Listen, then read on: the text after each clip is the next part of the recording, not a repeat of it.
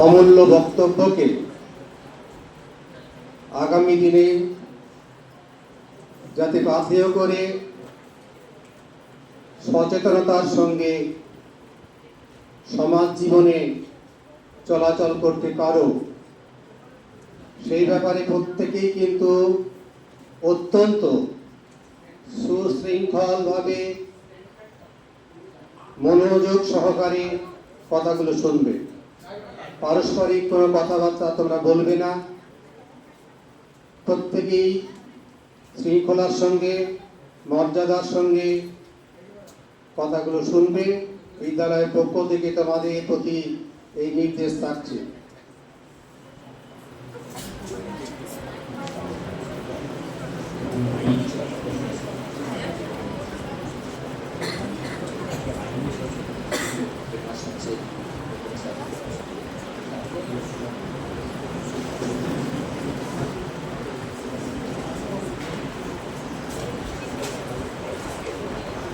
মঞ্চে উপবিষ্ট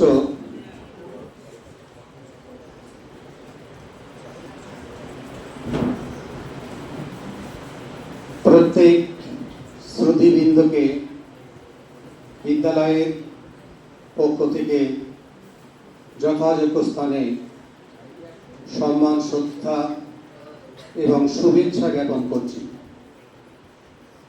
বিদ্যালয়ের ছাত্রছাত্রীদের উদ্দেশ্যে যে আইনি সচেতনতা শিবিরের আয়োজন করা হয়েছে বিহান শিশু কল্যাণ সমিতির পক্ষ থেকে, সেই আইনি সচেতনতা শিবির সম্পর্কে স্বাগত ভাষণ রাখছেন বিদ্যালয়ের সম্মাননীয় প্রধান শিক্ষক উৎপল কুমার পণ্ডিত মহাশয়। তাকে স্বাগত ভাষণ উপস্থাপিত করার জন্য অনুরোধ করছি।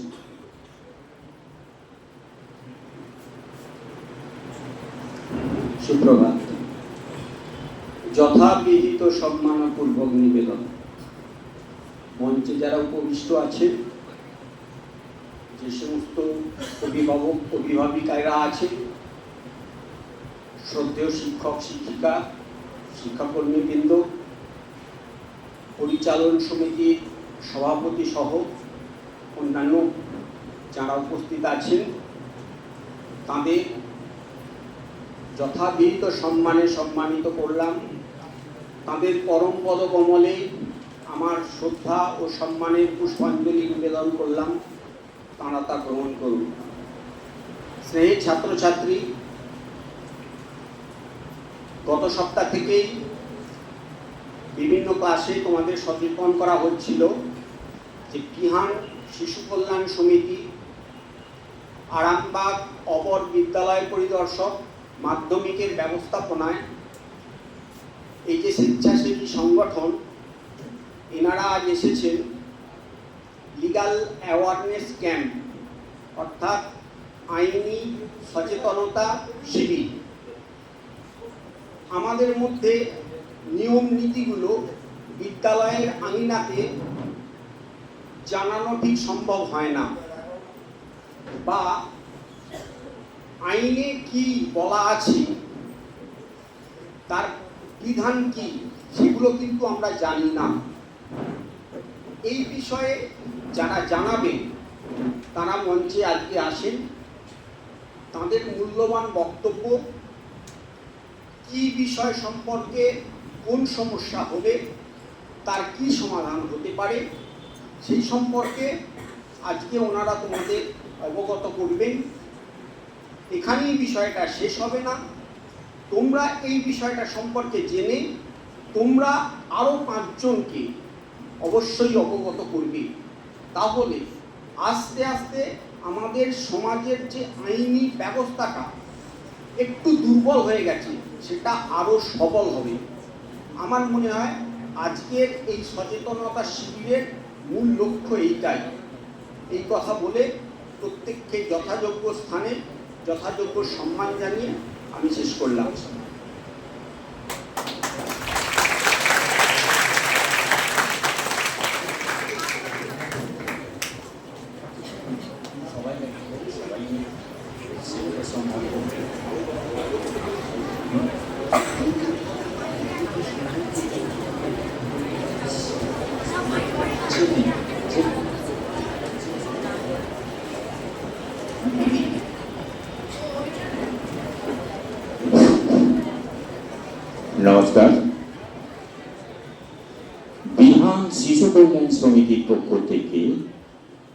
আজ আমরা সোয়ালু আজাদ হাই স্কুলেতে হাজির হয়েছি। আইনি সচেতনতা শিবিরে ছাত্রছাত্রীদের বিশেষ করে কিছু আইন সম্বন্ধে বক্তব্য রাখার জন্য। তাই বিহার শিশু কল্যাণ সমিতির পক্ষ থেকে এই আজাদ হাই স্কুলে প্রধান শিক্ষক, সহশিক্ষক, শিক্ষিকা, ছাত্রছাত্রী, পরিচালন কমিটির সভাপতি সহ সকলকে বিহার শিশু কল্যাণ সমিতির পক্ষ থেকে আন্তরিক শুভেচ্ছা, ভালোবাসা, নমস্কার জানিয়ে শুরু করতে চলেছি আজকে বিহার শিশু কল্যাণ সমিতির পক্ষ থেকে আইনি সচেতনতা শিবির। এই শিবিরে প্রথমেই বক্তব্য রাখবেন মাননীয় বিশিষ্ট senior advocate mister Arup Ratan Hazra. উনি চাইল্ড ম্যারেজ প্রভিশন অ্যাক্ট সম্বন্ধে আপনাদের সামনে বক্তব্য রাখবেন।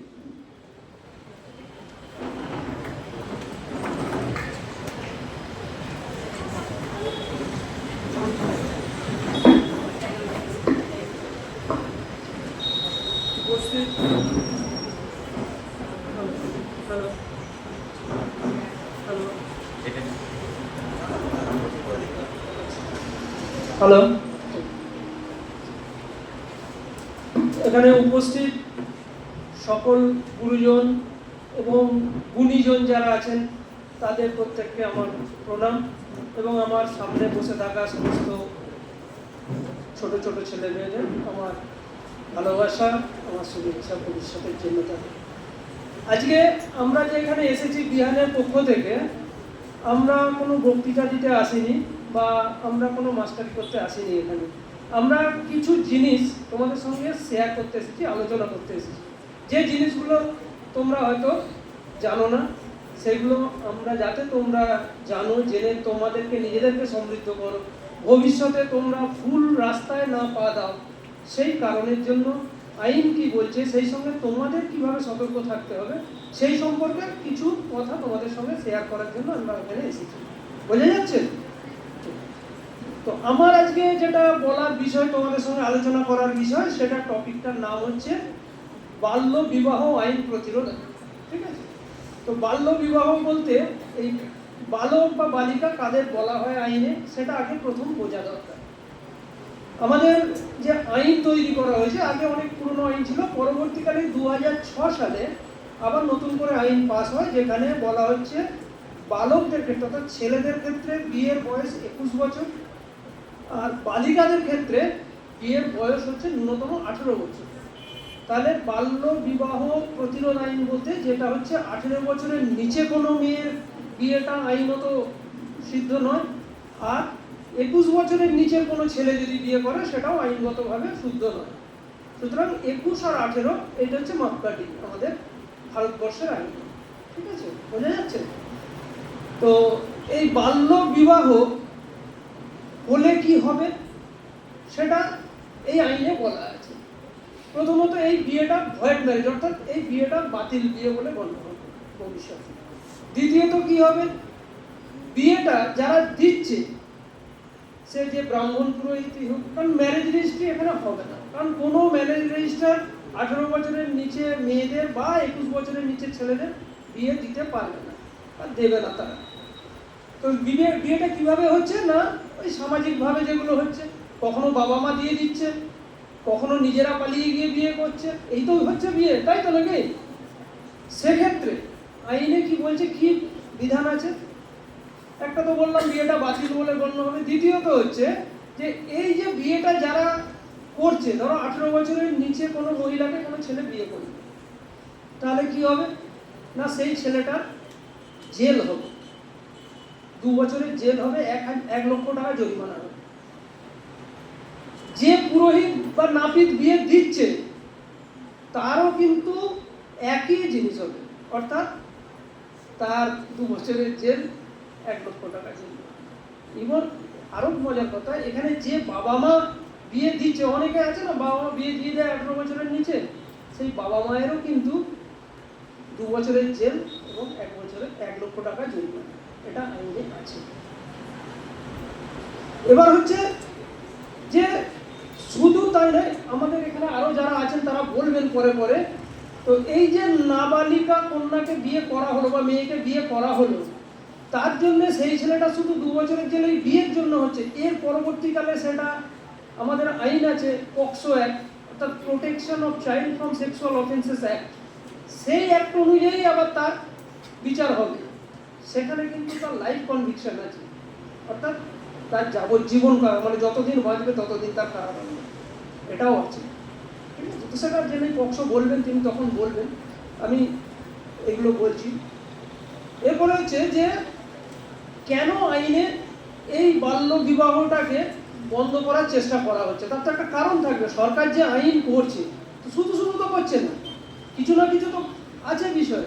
কারণ আমাদের দেশের যে এনভায়রনমেন্ট, অর্থাৎ জলবায়ু যেটা আমাদের, সেই জলবায়ুতে দেখা যাচ্ছে যে 18 বছরের নিচে একজন মহিলা বা 21 বছরের নিচের একজন পুরুষ কিন্তু না মানসিকভাবে না শারীরিকভাবে কোনোভাবেই পরিপূর্ণতা লাভ করছে। তাহলে প্রবলেম কোথায় হবে? কোথায় হচ্ছে? হবে না, যেগুলো হচ্ছে, কারণ নাবালিকা মেয়ে তো বিয়ে হয়েছে অনেক, বা নাবালক ছেলের বিয়ে হয়েছে, সেখানে কি দেখা যায়? একটা ছেলের ক্ষেত্রেই বলি, একটা 21 বছরের নিচে ছেলে, তার নিজে কতখানি স্বাবলম্বী, তার নিজেরটা চালানোর মতোই ক্ষমতা হয় না তার। সে বাবা মার পয়সায় তখন পড়াশোনা করুক বা যাই করুক করছে, তো নিজে যেখানে স্বাবলম্বী নয়, সে আর একজনের দায়িত্ব নিচ্ছে, সে চালাতে পারবে? পারবে। কি হবে? সংসারে অশান্তি হবে, মারপিট হবে, 2 দিন বাদে ডিভোর্স হবে, তাই না? সেদিকটা যেমন হচ্ছে, মেয়েদের ক্ষেত্রে কিন্তু আরো অনেক প্রবলেম দেখা যায়। সেগুলো কি কি? এক হচ্ছে 18 বছরের নিচে যে বয়সটা, সেই বয়সটাতে সে মানসিকভাবে কখনো প্রস্তুত নয় যে একটা সংসারে ঢোকার, কারণ সেই টাইমটা তার পড়াশোনার বয়স, তার বন্ধুদের সঙ্গে খেলার বয়স, তার উচ্চশিক্ষায় নিয়ে ভবিষ্যৎ চিন্তা ভাবনা করার বয়স। সেই জায়গায় তার যখন জোর করে বিয়ে দিয়ে দেওয়া হচ্ছে বা সে নিজেই করে নিচ্ছে, তখন কিন্তু তার ভবিষ্যতে যে বড় হওয়ার আকাঙ্ক্ষা সেগুলো নষ্ট হয়ে যাচ্ছে। প্রথম কথা, সে মানসিকভাবে একটা সংসারে গিয়ে তার স্বামী, তার শ্বশুর, শাশুড়ি, দেওর, ননদ যা কিছু আছে সবাইকে মানিয়ে নিয়ে চলার মতো সেই মানসিকতা কিন্তু তখনও তার হয়ে ওঠে না। এবং সংসার কি জিনিস সেটা বোঝার ক্ষমতা তার হয় না, তার আগেই তাকে শ্বশুর বাড়িতে সংসার করতে যেতে হচ্ছে।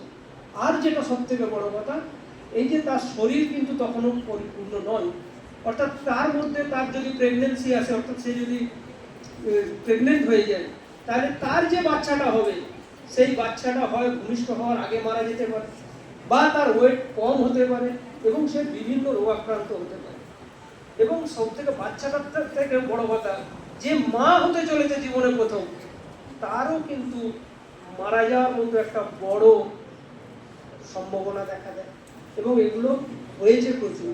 সেই কারণের জন্যই সরকার থেকে এটাকে ঠিক করে দেওয়া হয়েছে যে 18 বছরের মেয়ের, 18 বছরের নিচে কোনো মেয়ের বিয়ে দেওয়া আইনত অপরাধ করে দেওয়া হয়েছে। তাতেও কি হচ্ছে না বিয়ে? হ্যাঁ, লুকিয়ে চুরিয়ে তো অনেক বিয়ে হয়ে যাচ্ছে, আমরা কতজন আটকাতে পারছি। এর জন্য সরকারও বিভিন্নভাবে চেষ্টা করছে। আজকে শুধু এই ছেলে মেয়েদের নয়, এখানে গার্জেনদের যারা আছে তাদেরকেও বলা আছে, বা বিভিন্ন প্রতিষ্ঠানকে, যেমন বিডিও, এসডিও, পঞ্চায়েত লেভেলে, থানাতে, সব জায়গায় বলা আছে, কেউ যদি খবর দেয় তাতে আমার বাড়ির কারো বিয়ে হচ্ছে বা আমার নিজের বিয়ে হচ্ছে, এটা বলার দরকার নেই। তোমরা যদি দেখতে পাও যে তোমাদের পাশাপাশি কোনো মেয়ের বিয়ে হচ্ছে 18 বছরের নিচে বা 21 বছরের ছেলে, তোমরা যদি ফোন করে খবর দাও, সেখানেও কিন্তু তারা সঙ্গে সঙ্গে এসে এই বিয়েটাকে আটকাবে। সব থেকে মজার ব্যাপার, কে ফোন করলো তার কোনো ঠিকানা বা কোনো নাম কোথাও প্রকাশ হবে না। বুঝে গেল? যে ভয়ের ব্যাপার যে আমি জানাবো আমার পাড়ার ওই মেয়েটার বিয়ে, ওর বাড়ির লোক তো আমাকে এসে ঝামেলা করবে, এটা না, কেউ জানবেই না যে কে জানালো সেটা। সুতরাং দায়িত্ব আমাদের সবাইকে নিতে হবে, শুধু আমরা আসবো কয়েকজন বলে যাবো শুনবো, এটা না। এটা মনের মধ্যে নিতে হবে যে হ্যাঁ, আমরা এই সমাজটাকে বাল্যবিবাহ যাতে হতে না পারে সেইটার জন্য আমরা নিজেরা দেখব।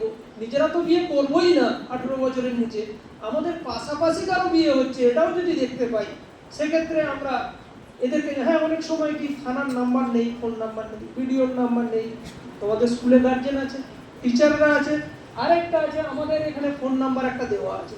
এই ফোন নাম্বারটা সবাইকে বলবো একটু নোট করে নিতে। যদি কোনো অসুবিধার মধ্যে পড়ো সঙ্গে সঙ্গে এই ফোন নাম্বারে ফোন করবে। এই ফোন নাম্বার কিন্তু 24 ঘন্টা খোলা থাকে, রাত 2টোতেও কেউ যদি ফোন করে কিন্তু ফোনে পাবে।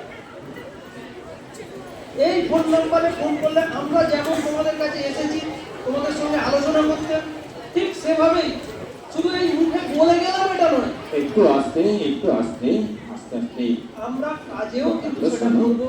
এবং এর আগে গর্বের বিষয় আমাদের যে আমরা যত জায়গায় এরকম করেছি, বেশ কিছু জায়গা থেকে এরকম ফোন আমাদের কাছে গেছে, সেগুলো কিন্তু আমরা সঙ্গে সঙ্গে কনসার্ন থানায়, অর্থাৎ যে থানার থেকে এলাকা থেকে ফোন করছে, ধরো তোমাদের এখানটা পুরসুরো থানা, তোমাদের এখান থেকে কেউ ফোন করলো, তাহলে আমরা পুরসুরো থানাকে বলে সঙ্গে সঙ্গে সেই ইয়েটাকে আটকাতে পেরেছি বা সেই মেয়েটাকে রেস্কিউ করতে পেরেছি।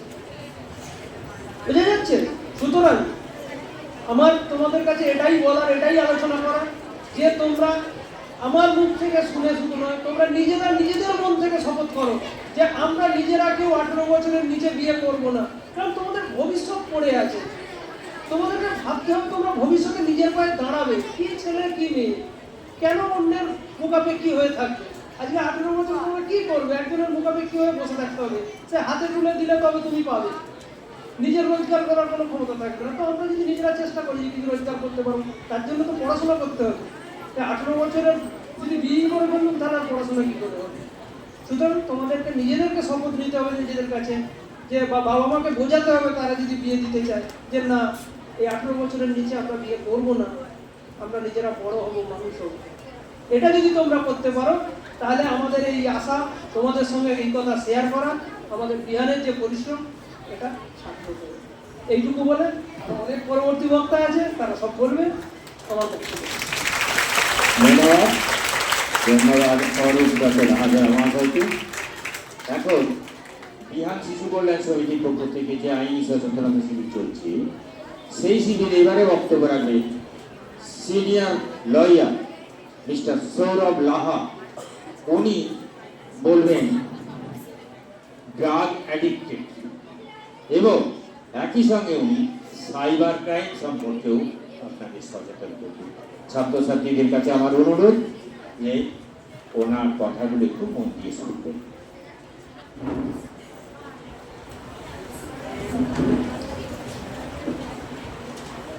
গুড মর্নিং বন্ধুরা, মঞ্চে উপস্থিত আমার সদ্য আমার কলিগ, আমার সিনিয়র টিচার, সমস্তদেরকে যথাযথ স্থানে আমি আমার শ্রদ্ধা জানিয়ে আজকে তোমাদের সাথে কিছুটা সময় কাটাবো বলে আমরা এসেছি। আচ্ছা বলো তো, এই ধরনের প্রোগ্রাম তো তোমরা আগে বোধহয় স্কুলে হয়নি বা হয়েছে। আজকে শনিবার, তোমাদের একটা হাফ টিফিনে ছুটি, আমরা ওই জন্য সকাল করে চলে এসেছি, কারণ তোমাদেরও সকাল করে বাড়ি যেতে হবে। আমরা কয়েকটা কথা তোমাদের সঙ্গে শেয়ার করবো। ড্রাগ অ্যাডিকশন, যেটা প্রথমে আমার টপিকে বলা হলো, ড্রাগ অ্যাডিকশন শুনতে খুব একটা তোমাদের বোধগম্য হবে না। কেন বলো তো? কেন? অ্যাডোলেসেন্ট এজ, বয়স সন্ধিকাল, কে কে জেনেছো বলো? জেনেছো? হাত তুলো। বয়স সন্ধিকাল কে কে জেনেছো?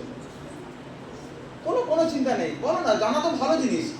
বয়স সন্ধিকাল অন্য কিছু নয়। আমি সহজে বলি, তোমাদের শিক্ষক শিক্ষিকারা রয়েছে, তারা নিশ্চয়ই আরো ভালো করে বলবে। বয়স সন্ধিকাল হচ্ছে তোমরা এই বালক বালিকা থেকে যখন যুবক যুবতী স্টেজে যাবে, এই পিরিয়ডটাকে বয়স সন্ধিকাল বলে। সেটার বয়সটার এজ ডিটারমিনেশনটা বিভিন্ন জায়গায় বিভিন্ন রকম আছে। মোটামুটি 14 থেকে 19 একটা ধরে নেওয়া হয় বয়স সন্ধিকাল। এই বয়স সন্ধিকালটা খুবই গুরুত্বপূর্ণ আর খুবই ইন্টারেস্টিং।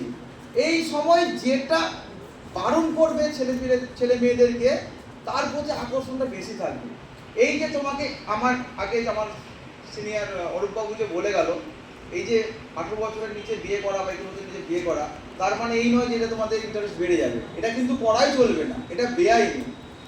আমি এই কারণে বলছি যে বারণ করছি মানে এটা নয় যে আমরা করতে, মানে তোমরা কোনোদিনই করবে না।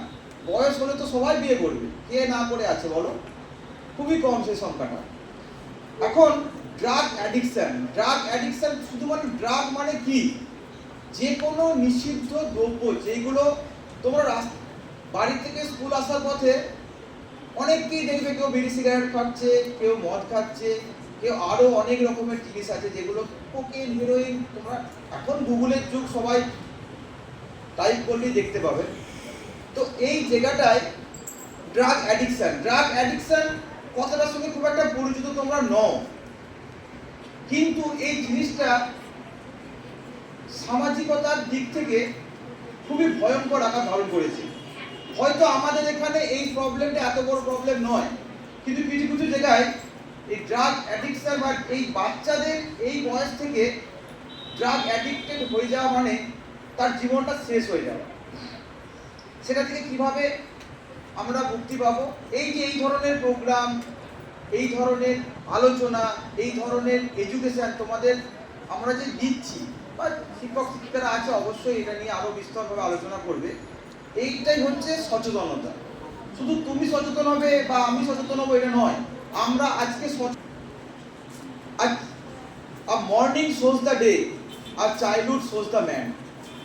যেমন দিনের শুরুতে দেখে আমরা আজকে, যেমন দিনের শুরুতেই আমরা বুঝে গেছিলাম যে আজকে রোদ ঝলমল দিন হবে, ব্যতিক্রম হতেই পারে, হঠাৎ করে দিন চলে আসতে পারে, সেটা আলাদা জিনিস। কিন্তু এই আজকে তোমরা আগামী দিনের প্রত্যেকে এক একটা জায়গায় গিয়ে প্রতিষ্ঠিত হবে। সেই জায়গাটাই তোমরা যে কোনো জায়গায় হতে পারে, সেটা কেউ টিচার হবে, কেউ ডক্টর হবে, কেউ ইঞ্জিনিয়ার হবে, কেউ বিজনেস করবে, কেউ কত রকমের প্রফেশন আছে। সব জায়গাতেই তোমরা গিয়ে নিজেদের অংশীদারিত্ব ভাগ বসাবে, আমাদের সব জায়গা ছেড়ে যাওয়া জায়গাগুলো তোমরা গিয়ে ধরবে, তাই না? এটাই তো স্বাভাবিক নিয়ম, আমরা ছেড়ে যাবো, তোমরা ধরবে, তোমাদের পরের জেনারেশন আবার ধরবে। তাহলে আর এই ড্রাগ অ্যাডিকশন যে কোনো টাইপের হতে পারে। অ্যাডিকশন মানে বুঝতে পারছো যে সেটা ছাড়া তুমি বাঁচবে না। এটা কিভাবে হয়? প্রথমত জিনিসটা তোমরা কেন শুনবে? আমাদের তো এইসব ব্যাপার জানার দরকার নেই, তোমাদের মনে হবে না, দরকার আছে। এই কারণেই ধরো তোমরা এই যে বয়স সন্ধিকাল বড় হচ্ছে, তোমাদেরকে এই যে আমি আজকে বলতে এসেছি, তাহলে তোমরা কিন্তু প্রত্যেকেই, অনেকেই যাদের সম্ভব হবে তারা সার্চ করবে যে ড্রাগ জিনিসটা কি। ড্রাগ জিনিসটা কোনো ভালো জিনিস নয় এমন, যেটা মানুষ সেটা নিলে তার জীবনটা আস্তে আস্তে শেষ হয়ে আসে। কেন বলছি আমি এই কথাটা? এই ড্রাগ জিনিসটা, এই বিজনেস, এটা একটা বিশাল মাপের বিজনেস। কাউকে যদি ড্রাগ অ্যাডিক্ট করা যায় তবে না ড্রাগটা সেল হবে। তাহলে যারা বড় বড় ড্রাগ মাফিয়া, যারা বড় বড় ড্রাগ পেডলার বলে, তাদের চলবে কি করে? এই কারণেই আমাদের এই ছাত্র জীবন থেকে সচেতন যদি আমরা হতে পারি যে say no to any kind of drugs. আমরা আজকে প্রতিজ্ঞাবদ্ধ হব যে যে কোনো রকমের নেশা দ্রব্য থেকে আমরা বিরত থাকবো। তাহলে বলবে নেশার দ্রব্য কেন পাওয়া যায়? প্রত্যেকটা নেশার দ্রব্যে তোমরা যদি এখন কিনতে নাও, রাস্তাঘাটে দেখবে প্যাকেট পড়ে থাকে, সিগারেটের প্যাকেট পড়ে থাকে, বিড়ির প্যাকেট পড়ে থাকে, সেখানে তো লেখা থাকে দেখবে cigarette smoking is injurious to health বলে একটা বড় ছবি দেওয়া থাকবে, এমন যেটা দেখলে গা শিউরে উঠবে। বুঝতে পেরেছো? তাহলে আমরা সচেতনতাটা চাইছি সামাজিক স্তরে। তোমাদের আশেপাশে সমস্ত কিছু পাওয়া যাবে, এমন নয় পৃথিবীতে কোনো জিনিস একটু চেষ্টা করলেই পাওয়া যায়। কিন্তু আমরা যদি সচেতন, আমরা যদি জানি যে না এটা অন্যায় জিনিস, এটা ঠিক নয়, এটা করলে আমাদের ক্ষতি হবে, তাহলে আমরা সব সময় আমরা নিজেরা বিরত থাকবো এবং আমরা আশেপাশে আমাদের সার্কেল, এইটা হচ্ছে খুব ভালো জিনিস। ড্রাগ অ্যাডিকশনের জায়গাটা তৈরি হয় তোমার পরিবেশ পরিস্থিতি অনুযায়ী। তুমি কোন সমাজে বাস করো, তুমি কোথায় থাকো, তুমি কোথা থেকে এসেছো, সেইটার উপর বিরাট ডিপেন্ড করে। তাহলে আজকে আমরা এইটুকু প্রতিজ্ঞাবদ্ধ হতে পারি, say no to any kind of drugs. এরপর একটা খুব ইন্টারেস্টিং টপিক দিয়েছে আমাকে, সাইবার ল। সাইবার ল আপনার কি জিনিসটা কি? হঠাৎ করে মাথায় আসছে না সাইবার ল জিনিসটা কি? Anything you do with your internet that comes under cyber law. মানে কি? আমরা ইন্টারনেট ব্যবহার করে যা কিছু করব সবটাই সাইবার ল আওতায় পড়বে। সাইবার ল বিজ্ঞানের আমরা আশীর্বাদ জানি, যে কম্পিউটার, ইন্টারনেট এগুলো হচ্ছে বিজ্ঞানের আশীর্বাদ। এটাকে আশীর্বাদ স্বরূপেই ব্যবহার করা উচিত। এখন এই যে মোবাইল, কে কে ফেসবুক ইউজ করো? বয়স যদিও কারোরই হয়নি ইউজ করার, তবুও বলছি, কে কে বাবার ফোন, মায়ের ফোন, দাদা দিদির ফোন, হাত তুলতে পারো, কোনো অসুবিধা নেই, যারা কিছু বলবে না। ফেসবুক সম্বন্ধে আইডিয়া আছে কারোর? সবারই আছে, হাসছে তাদের আছে, মুখ টেপে টেপে। যাই হোক, এটা একটা সোশ্যাল মিডিয়া প্ল্যাটফর্ম। ফেসবুক বলে আমি সাইবার লটা শুধুমাত্র ফেসবুকে আবদ্ধ নেই, কিন্তু তোমাদের আমি কেন বললাম ফেসবুক, টুইটার, ইনস্টাগ্রাম, তোমাদের এই অ্যাডোলেসেন্ট পিরিয়ডে যখন তোমরা আস্তে আস্তে বয়স সন্ধিকাল অতিক্রম করবে, নিজেরা মোবাইল, এখন তো স্কুল থেকেই মোবাইল দেওয়া হবে, টিচাররা, স্যার ঠিক বলছেন না স্যার? এখন স্কুল থেকেই তো একটা বয়সের পর মোবাইল পাওয়া যাবে। তাহলে আমরা মোবাইল কি ব্যবহার করবো না? ইন্টারনেট কি ব্যবহার করবো না? অবশ্যই করবো। এখন একটা স্কুলে যদি প্রজেক্ট করতে হয়, ফার্স্টলি গুগলে যেতে হবে। যেতে হয় না তোমাদেরকে? গুগলে যেতে হয়। কেন? আমরা স্টাডি মেটেরিয়াল কোথায় পাবো? লাইব্রেরিতে পাবো, আর না হলে এখন সহজলভ্য হচ্ছে আমাদের ইন্টারনেট। ভালো জিনিস, কিন্তু আমাদের কয়েকটা জিনিস মেনটেন করা উচিত, ছেলে বা মেয়ে দুজনকেই বলছি। কিন্তু ওরা দেখবে ফেসবুক প্রোফাইল খুললে ছেলেদের থেকে মেয়েদের কাছে ফ্রেন্ড রিকোয়েস্ট বেশি আসবে, এটা ঘটনা, আমাদের সমাজ তাই বলে। কিন্তু আমি ওই জায়গাটাতেই বলতে চাইছি, চুজ ইওর ফ্রেন্ড ওয়াইজলি। প্রথম দেখতে হবে যে আমরা সোশ্যাল মিডিয়ায় আমরা নিজেরা সমস্ত তথ্য জানিয়ে দিল, এটা করা চলবে না। আমি কোন স্কুলে পড়ি, আমার বাড়ি কোথায়, আমার ফোন নাম্বার, এগুলো কখনোই পাবলিকলি শেয়ার করবে না। ফেসবুকে যে অপশান থাকে, যে কোনো সোশ্যাল মিডিয়া প্ল্যাটফর্ম বা যে কোনো তুমি সাইট খুলতে যাচ্ছ, তোমাকে ইন্টারনেট থেকে দেখাবে যে তুমি মেল না ফিমেল, 18 বছর হয়েছে না হয়নি, এগুলো দিতে বলবে তোমাদেরকে। ফোন নাম্বার কখনো অ্যাপ্লাই করতে বলবে। ফেসবুক প্রোফাইল খুলতে গেলে ইমেল আইডি, ফোন নাম্বার সব দিতে হয়, কিন্তু সেগুলো অপশান থেকে পাবলিক, প্রাইভেট, সবসময় প্রাইভেট করে রাখবে। এই যে প্রোফাইল পিকচার সবাই ব্যবহার করি আমরা, তাই না? আমি আমার নিজের ক্ষেত্রে বলছি, আমার প্রোফাইল পিকচার ব্যবহার করে আমার একটা ফেক অ্যাকাউন্ট কেউ খুলেছে, সেইটা থেকে আমাকেই ফ্রেন্ড রিকোয়েস্ট এসেছে। আমি তো দেখে অবাক, এটা কি হলো? আমি তো এই প্রোফাইলটা আমার নয়, আমি জানি না কোথা থেকে খুলেছে, কে খুলেছে। এইভাবে আমার কোনো ফ্রেন্ড সার্কেলে তারা আমাকে ফ্রেন্ড রিকোয়েস্ট পাঠিয়ে কেউ টাকা চাইছে, কেউ হেল্প চাইছে, কি চাইছে, এবার আমার সাথে ভালো সম্পর্ক হলে কেউ দিয়েও দিতে পারে। সেই জন্য বলছি, প্রোফাইল পিকচার ব্যবহারের ক্ষেত্রেও একটা রেস্ট্রিকশন থাকা উচিত, এবং ফেসবুকে আছেও, সেগুলোকে ব্যবহার করবে। আর সবথেকে বড় কথা, চুজ ইওর ফ্রেন্ড ওয়াইজলি। একটা জিনিস মাথায় কোশ্চেন তোমাদেরকে আনতে হবে যে একে আমি জানি না, চিনি না, আমার ফ্রেন্ড রিকোয়েস্ট পাঠিয়েছে কেন? এই কোশ্চেন তোমার মনে চলে আসে, তুমি কিন্তু ফ্রডের হাত থেকে বাঁচবে। ফ্রেন্ড রিকোয়েস্ট কেন পাঠিয়েছে সেটা তুমি দেখবে, আমার কোনো ফ্রেন্ড সার্কেলের সঙ্গে কমন ফ্রেন্ড নেই, কিচ্ছু নেই, জানি না, শুনি না, তাহলে তাদেরকে অ্যাকসেপ্ট করা থেকে বিরত থাকবে। এটা আমি শুধু বলছি না, তোমরা নিজে বুঝলে তবে করবে, আমি বললেই তো হলো না। তারপর সব থেকে বড় কথা, কারণ ফোনের মাধ্যমে সোশ্যাল মিডিয়াতে কারোর সঙ্গে পরিচয় হলো, সে দেখা করতে বললো বা মিট করতে বললো, এইসব একটা পরিস্থিতি আসে। সেখানে সব সময় প্রথম কথা হচ্ছে বাড়ির গার্জেনরা জানবে। অনেকের বাড়িতে গার্জেনরা অ্যাভেলেবেল নাও থাকতে পারে সব সময়, এটা আমাদের অনেক ফ্যামিলিতেই হয় এরকম, বা গার্জেনের সাথে তুমি শেয়ার করতে পারছো না সব কিছু। টিচাররা রয়েছে স্কুলে, বেস্ট জায়গা যেটা তোমাদের টিচাররা রয়েছে, টিচারদেরকে অবশ্যই জানাবে। আর কোনো সাসপিসিয়াস লিঙ্কে হঠাৎ করে ক্লিক করবে না। দেখবে ইন্টারনেট খুললে অনেক লিঙ্ক আছে, যেখানে ক্লিক করলে একটা অনেক একটা রোমহর্ষক ছবি দেওয়া আছে বা কিছু লেখা আছে যে এটা জানার জন্য। সঙ্গে সঙ্গে তোমরা কি করবে, কোনো সাসপিসিয়াস লিঙ্কে ক্লিক করবে না। সবসময় অথেন্টিক জায়গা থেকে, যেমন কোনো এখন তো কেনাকাটা বেশিরভাগ অনলাইনই হয়, তাই না? দেখবে ফ্লিপকার্ট, অ্যামাজন, এইসব এগুলোতে অ্যাসিওর্ড বলে থাকে প্রতিটা প্রোডাক্টের পাশে, যেগুলো অ্যাসিওর্ড থাকে ওইগুলোই আমরা কিনতে বলি, বা আমাদেরকে বড়রা শিখিয়েছে। এই যেগুলো মেনটেন করবে, দেখবে এই সাইবার ল বলো, ড্রাগ অ্যাডিকশন বলো, এগুলো প্রতিরোধ করার জন্য আমাদের সরকার থেকে অনেক রকম পদক্ষেপ নেওয়া হয়েছে। সেইগুলো এবারে প্রত্যেকের বাড়িতে গিয়ে তো সুপারভিশন করা সম্ভব নয়। তাহলে আমাদের কি করতে হবে, যদি কোনো সাসপিসিয়াস লিঙ্ক দেখছো বা এটা এমন কিছু জিনিস দেখছো যে যেটা তোমার পছন্দ নয়, ভালো লাগছে না, সঙ্গে সঙ্গে রিপোর্ট করবে। রিপোর্ট করলে কি হবে, দেন অ্যান্ড দেয়ার তোমার মানে তুমি ম্যাজিক দেখতে পাবে না, কিন্তু রিপোর্ট করলে কি হবে, একটা সুপারভিশনে পড়ে যাবে।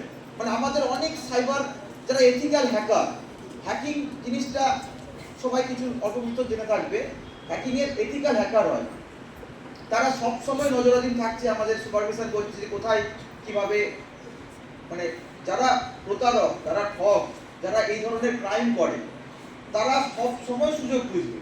তাহলে আমাদের কি করতে হবে? আমাদেরকে সচেতন থাকতে হবে এবং মোবাইল ইন্টারনেট ব্যবহার করতে গেলে বড়দের পরামর্শ নিতে হবে, না বুঝতে পারলে জানতে হবে, পড়াশোনা করতে হবে, কিন্তু না জেনে না বুঝে আমরা কিছু করব না। সবাই শুনছে, মানে মোবাইলের গল্প বলে সবাই শুনছে, তাই না? ঠিক আছে, আজকে আমি এর বেশি আর বাড়াবো না। তোমাদেরও লাঞ্চে বাড়ি অনেক আছে, আমার সিনিয়ররা সব বলবে, আরও সব কলিগরা রয়েছে, তোমাদেরকে বলে আজকে আমি বক্তব্য শেষ করছি। ধন্যবাদ। মাননীয় সৌরভ লাহা ডকেট মহাশয়কে ধন্যবাদ জানাই। বিহান শিশু কল্যাণ সমিতির পক্ষ থেকে এখন মিস্টার অর্ঘ ঘোষ অ্যাডভোকেট, তিনি child traffic and child labour এইসব শিশু শ্রম সম্বন্ধে বক্তব্য রাখবেন। মাননীয় অ্যাডভোকেট অর্ঘ ঘোষ। সবাইকে নমস্কার। আমার যে বিষয়টা, সেই বিষয়টা হচ্ছে হিউম্যান ট্রাফিকিং, মানে হচ্ছে মানব পাচার এবং চাইল্ড লেবার। এই দুটো বিষয় একে অপরের সঙ্গে খুবই যুক্ত। আর প্রথমে যেটা বলবো সেটা হচ্ছে মানব পাচার। এটা এই আধুনিক যুগে একটা ভয়াবহ একটা ব্যাপার, কারণ এই মানব পাচারটা করা হয় মূলত শিশু যারা আছে তাদের, এবং যারা এই শিশু থেকে অ্যাডোলেশন পিরিয়ডে আসছে মেয়েদের, তাদেরকে করা হয়। উদ্দেশ্যটা কি? এই পাচারটা করার উদ্দেশ্য হচ্ছে তাকে অন্য কোথাও বিক্রি করে দেওয়া, তাদের যে অঙ্গ প্রত্যঙ্গগুলো আছে সেই জিনিসগুলোকে বিক্রি করা, নৈতিক যে কাজকর্ম আছে, যৌন কর্ম আছে, তাদের মধ্যে তাদেরকে নামানো। তো আমাদের এই জিনিসটা, আমরা তো একটা সমাজবদ্ধ জীব, তাদের একটা আইন আছে। প্রত্যেক মানুষকে বেঁধে, এই সমাজকে বেঁধে রাখার জন্য এই আইন তৈরি হয়েছে, এবং এই শিশু পাচার হোক বা মানব পাচার বা মানব অঙ্গ পাচার, তার প্রত্যেকের আইন আছে। সেই আইন সম্বন্ধে আমাদের যেমন জানতে হবে যে এই যে পাচারগুলো হয় সেগুলোকে আমরা কিভাবে সেই জায়গা থেকে সচেতন হব। সমীক্ষা এসে কখনো কাউকে একটা জায়গা থেকে অন্য জায়গায় পাচার করে দিতে পারে না, তাদের সঙ্গে হয় সে সচেতনতা কিভাবে থাকতে হবে।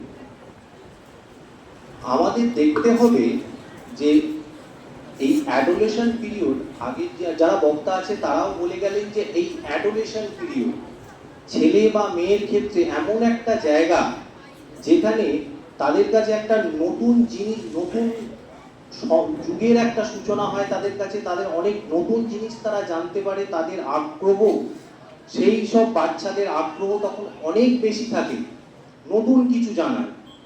আর আজকের দিনে দাঁড়িয়ে এই পাচারের জন্য সবচেয়ে বড় অস্ত্রটা কিন্তু আমাদের বাড়িতে থাকে, আমাদের পকেটে থাকে, সেটা হচ্ছে ওই মোবাইলটা। এই যে মোবাইল জিনিসটা, সেটাকেও আমাদের খুব সচেতনতার সঙ্গে ব্যবহার করতে হবে। মাথায় রাখতে হবে যে আমরা যে আজকে সমাজ মাধ্যমে ঘোরাফেরা করছি মোবাইলের মাধ্যমে, সেখানে তাদের সঙ্গে আমরা কথা বলছি, কেন কথা বলছি, তারা আমাদের কি কি প্রতিশ্রুতি দিচ্ছে, সেগুলো কি বাস্তবে আরো সম্ভব?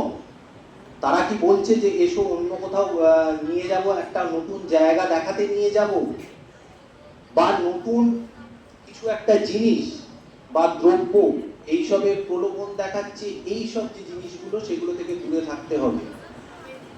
না হলে এই যে শিশু পাচার হোক, মানব পাচার হোক, নিজেদের আটকাতে পারা যাবে না।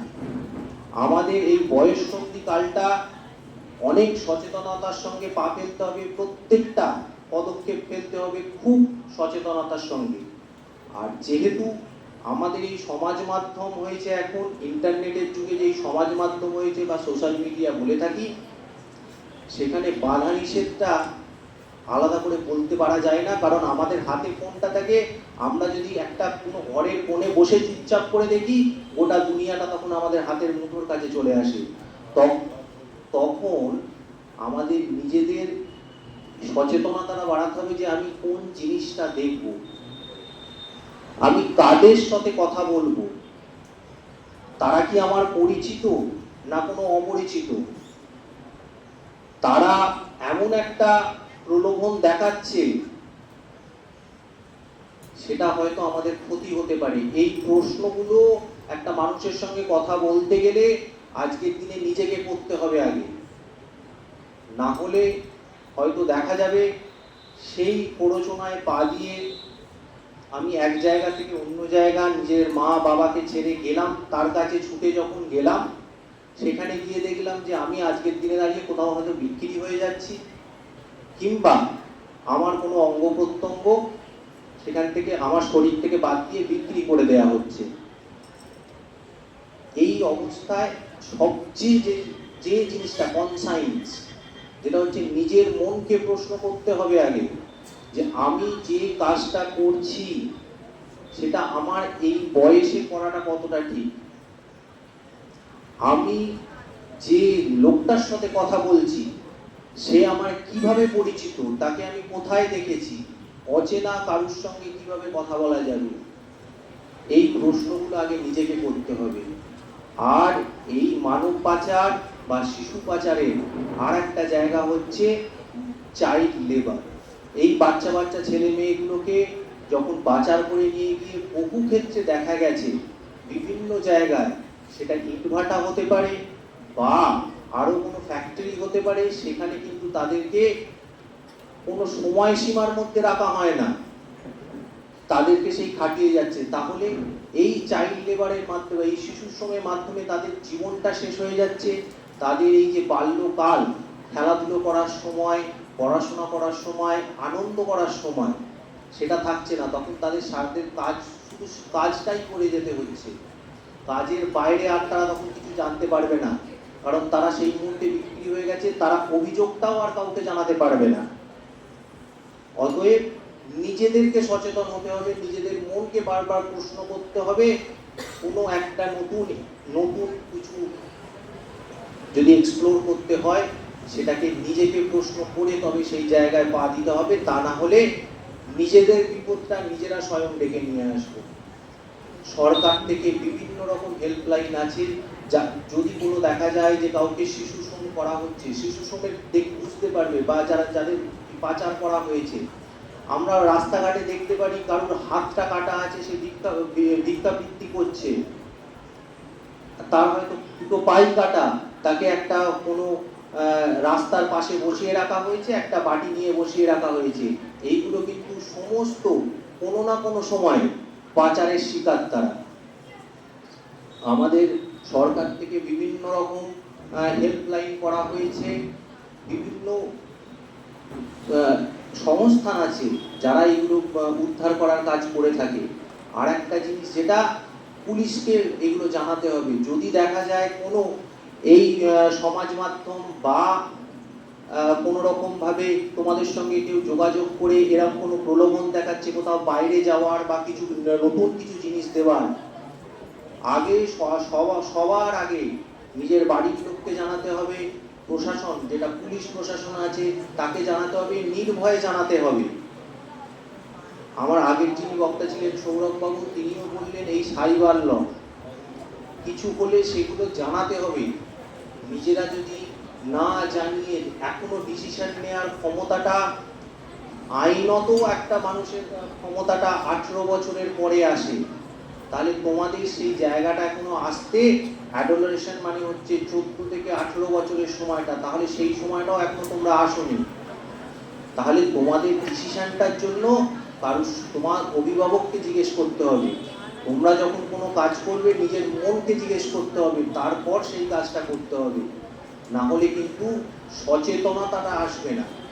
আইন আছে, এটা সবসময় মাথায় রাখতে হবে যে মানুষকে প্রোটেক্ট করার জন্য আইন এই আছে সমাজে, কিন্তু আমরা যদি নিজেরা সচেতন না হই, সেই সমূহ বিপদটা থেকে নিজেদের রক্ষা করতে পারবো না। অতএব বারবার করে একটাই কথা বলা, যারা এই বয়সটার মধ্যে দিয়ে যাচ্ছ, এখনো 18 বছর হয়নি, তাদেরকে বলা যে যখন কোনো রকম কিছু কাজ করবে, নিজের মনকে প্রশ্ন করবে যেটা ঠিক হচ্ছে না ভুল হচ্ছে। ঠিক আছে? এই বলে আমার বক্তব্য শেষ করছি। ধন্যবাদ মাননীয় মহাশয়কে। এখন বিহান শিশু কল্যাণ সমিতি পক্ষ থেকে যে আইনি সচেতনতা শিবির চলছে, এরপরে বক্তা আমি নাম ঘোষণা করছি। তার আগে আমি ছাত্রছাত্রীদের তুমিই বলছি, কারণ তোমরা প্রায় আমার নাতি নাতনির সময়। আমার 74 চলছে, তো নাতি নাতনিই বলবো, কারণ আমার নাতনিও অ্যাডভোকেট, আমার নাতিও ডাক্তার।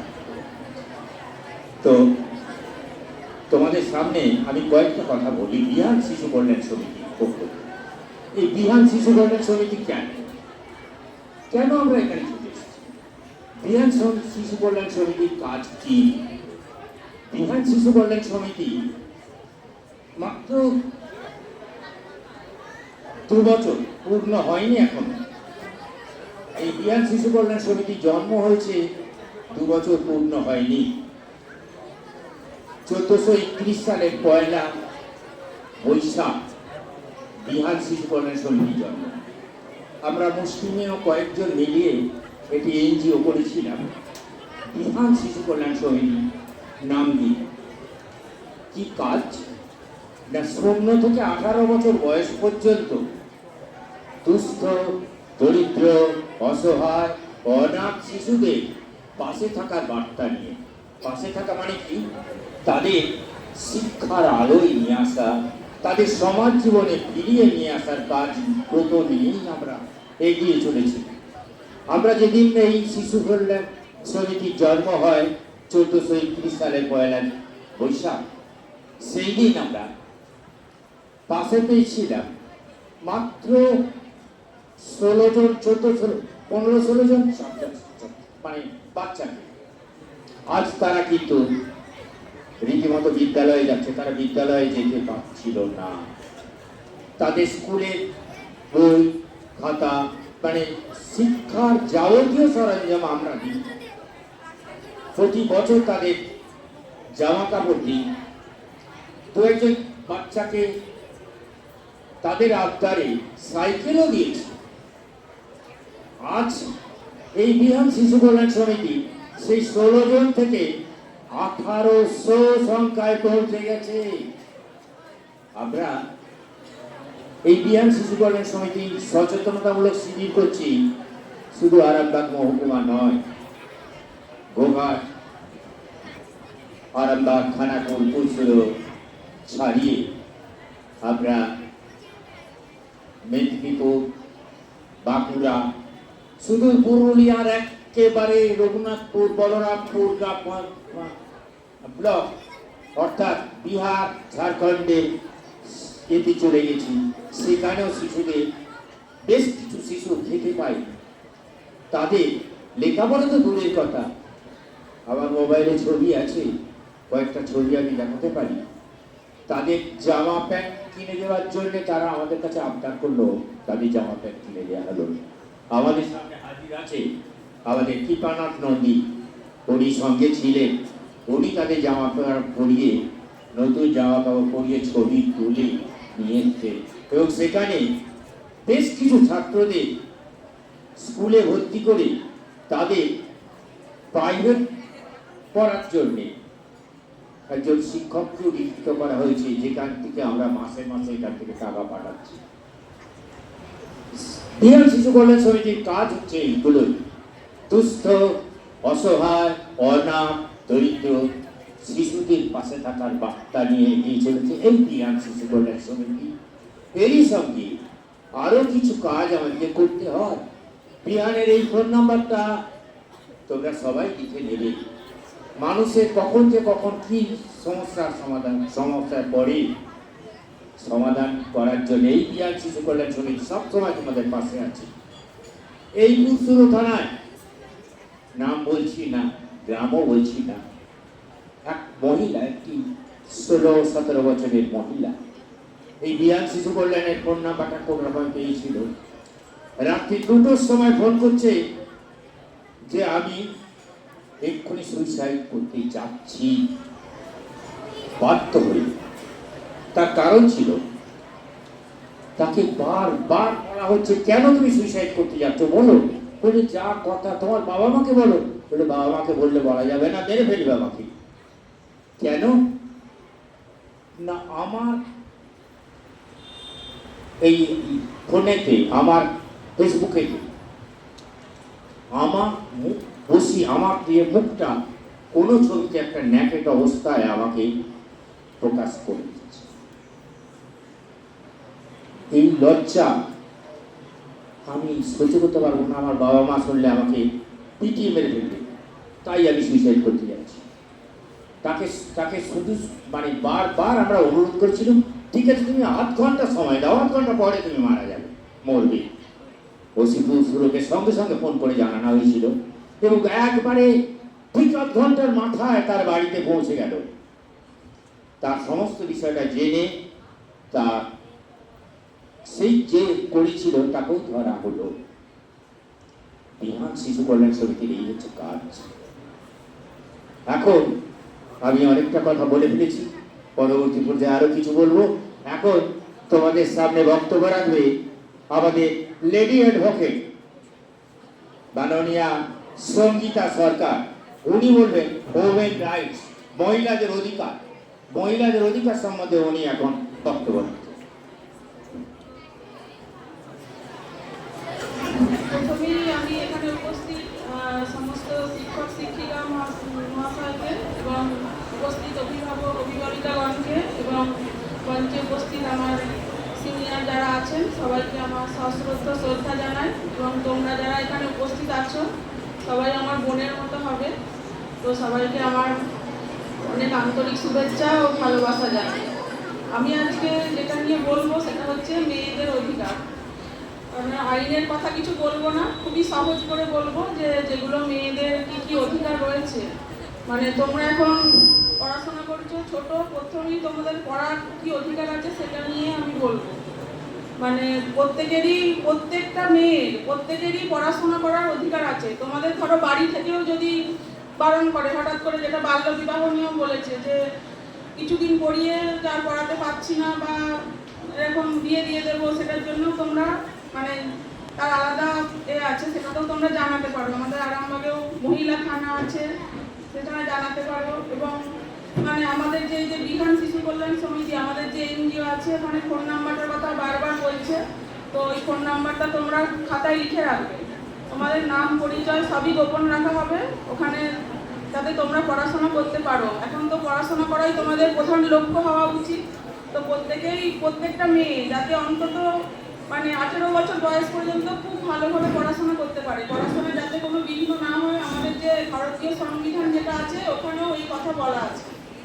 এরপরেও তোমরা মানে এখন ছোট আছো, ভবিষ্যতেও কিছু কিছু সমস্যার সম্মুখীন হবে বা তোমাদের পাশাপাশিও যদি কেউ কিছু হতে পারে, সেগুলো তোমরা জেনে রাখা ভালো। যেমন যাদের ধরো যেসব মেয়েদের বিয়ে হয়ে গেছে, অনেকেই শ্বশুর বাড়িতে যে অনেক দুঃখ কষ্টের সম্মুখীন, অত্যাচারের সম্মুখীন হয়, সেগুলোর জন্য চুপ করে মুখ বুজে মেনে নেওয়া নয়, এগুলোর জন্যও থানায় জানানো যাবে। তার জন্য মানে সে হয়তো অনেক জায়গাতে দেখেছে যে কেউ সুইসাইড করলো, এগুলো মুখ বুজে মেনে নিয়ে, কিন্তু এগুলো মুখ বুজে মেনে নেওয়ার বিষয় নয়। এগুলো প্রত্যেকেই থানায় জানাবে এবং তারা উপযুক্ত শাস্তি পাবে। তাছাড়াও কাজে তোমরা হয়তো বড় হবে, যখন এখন পড়াশোনা করছো, যখন চাকরিতে সবাই আমি আশা করি প্রত্যেকেই কেউ কিছু না কিছু করবে, সেখানেও একটা ছেলে যা সুযোগ সুবিধা পাবে, একটা মেয়েও সেই সুযোগ সুবিধা পাবে। মানে প্রতিটা মেয়ে যারা সে বেসরকারি কোনো কোম্পানিতেই হোক বা সরকারি, মানে প্রত্যেকটা একটা ছেলে যা বেতন পাবে এবং তার যে ডিউটি আওয়ার্স যেটা মানে কাজ করার যে সময়, যেটা একটা মেয়েও সেই সময় পর্যন্তই কাজ করবে। সে ছেলে বলে যে কম সময় কাজ করবে বা ছেলে বলে যে বেশি মাইনে পাবে এরকম কোনো ব্যাপার নেই।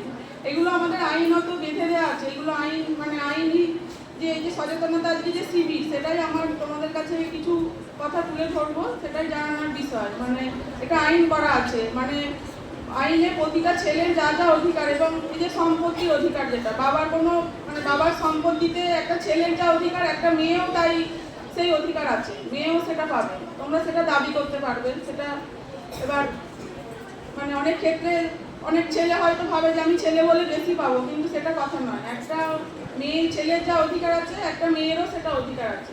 তারপরে এই যেগুলো বাল্য বিবাহ, ওটার কথা তো বললাম। ওটা হলে তোমরা অবশ্যই থানায় যোগাযোগ করবে এবং আমাদের যে বিধান শিশু কল্যাণ সমিতির যে ফোন নাম্বার, আমাদের কাজটাই মূলত এইগুলো এটা নিয়ে যে বাল্য বিবাহ যেটা বন্ধ করা। তারপর ধরো তোমাদের বই খাতা নিয়ে যদি কোনো অসুবিধে হয়ে থাকে সেটার জন্যও জানাতে পারো। আমাদের যে ফোন নাম্বার আছে তোমরা নোট করে রাখবে। তারপর ধরো তোমরা এই যে পড়তে যাচ্ছ, কেউ হয়তো তোমাদের রাস্তায় ডিস্টার্ব করছে, সেটা দেখে চুপ করে মুখ বুজে মেনে নেওয়াটা কোনো বিষয় নয়। মানে তোমরা আরও যারা পাশে আছো অনেকজন বন্ধু মিলে সেটা প্রতিবাদ করবে। এবার সেই প্রতিবাদ করার পরেও দেখছো যদি কোনো কিছু সমস্যাটা মেটাতে পারো, ভয়ে মুখ বুজে সেখান থেকে মানে প্রতিদিন দিনের পর দিন সে ডিস্টার্ব করে যাচ্ছে কোনো ছেলে হয়তো, সেটা মুখ বুজে মেনে নেওয়াটা কোনো কাজের কথা নয়। এটার জন্য সমস্যা সমাধানের উপায় আছে। তোমরা সবাই মিলে একজোট হয়ে কোনো একটা মেয়ের ওপর অত্যাচার হচ্ছে, হয়তো সে অত্যাচারিত হচ্ছে বা তাকে ডিস্টার্ব করছে, যে ওকে তো করছে আমি চলে যাই, এরকম ব্যাপার না করে সবাই একসঙ্গে সেটা প্রতিবাদ করবে। তারপরেও যদি না সেটা মেটাতে পারো, তখন তোমরা ওটা থানায় জানাবে এবং প্রথমে বাড়ির বাবা মা যারা আছে তাদেরকে জানাবে। সেটা না পারলেও স্কুলে যারা শিক্ষিকা আছে ওনাদেরকে অন্তত বলতে পারো।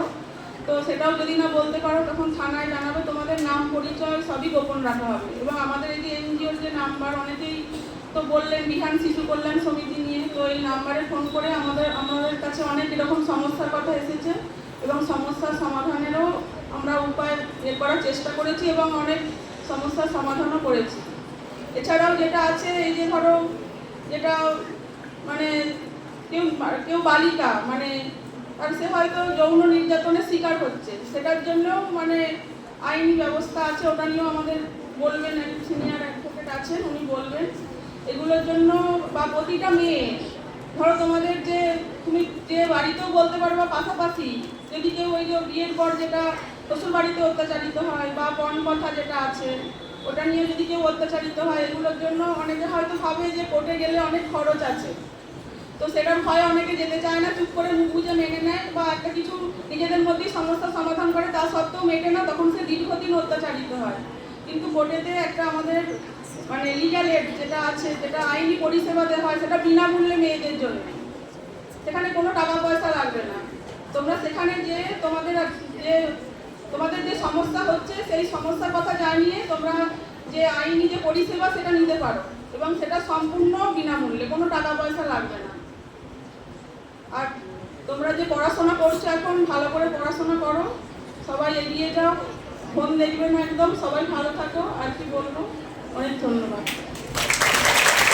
ধন্যবাদ মাননীয়া সঙ্গীতা সরকার, লেডি অ্যাডভোকেট। এখন আপনাদের সামনে বক্তব্য রাখবেন senior advocate mister Anup Kumar De, public prosecutor. তিনি স্পেশাল পাবলিক প্রসিকিউটর পক্সো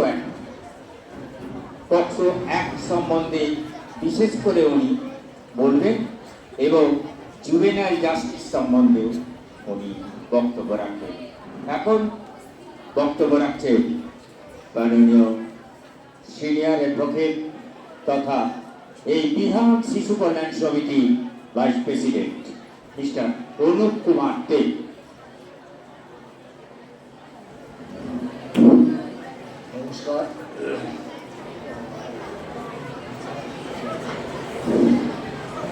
নমস্কার।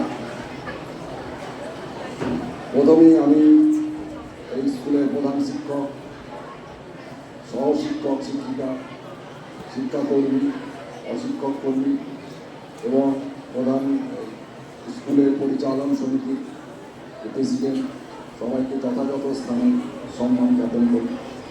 তারপরে তোমরা এই স্কুলের সমস্ত যে ছাত্রছাত্রীরা আজকে আছো তাদেরকেও আমি স্নেহ ভালোবাসা দিচ্ছি। যে আমি কিছু কথা বলবো আইন সম্পর্কে। এই আইনটা কি? যেমন একটা গরুকে বা একটা ছাগলকে একটা খুঁটোর সাথে দড়ি দিয়ে বেঁধে রাখা হয়,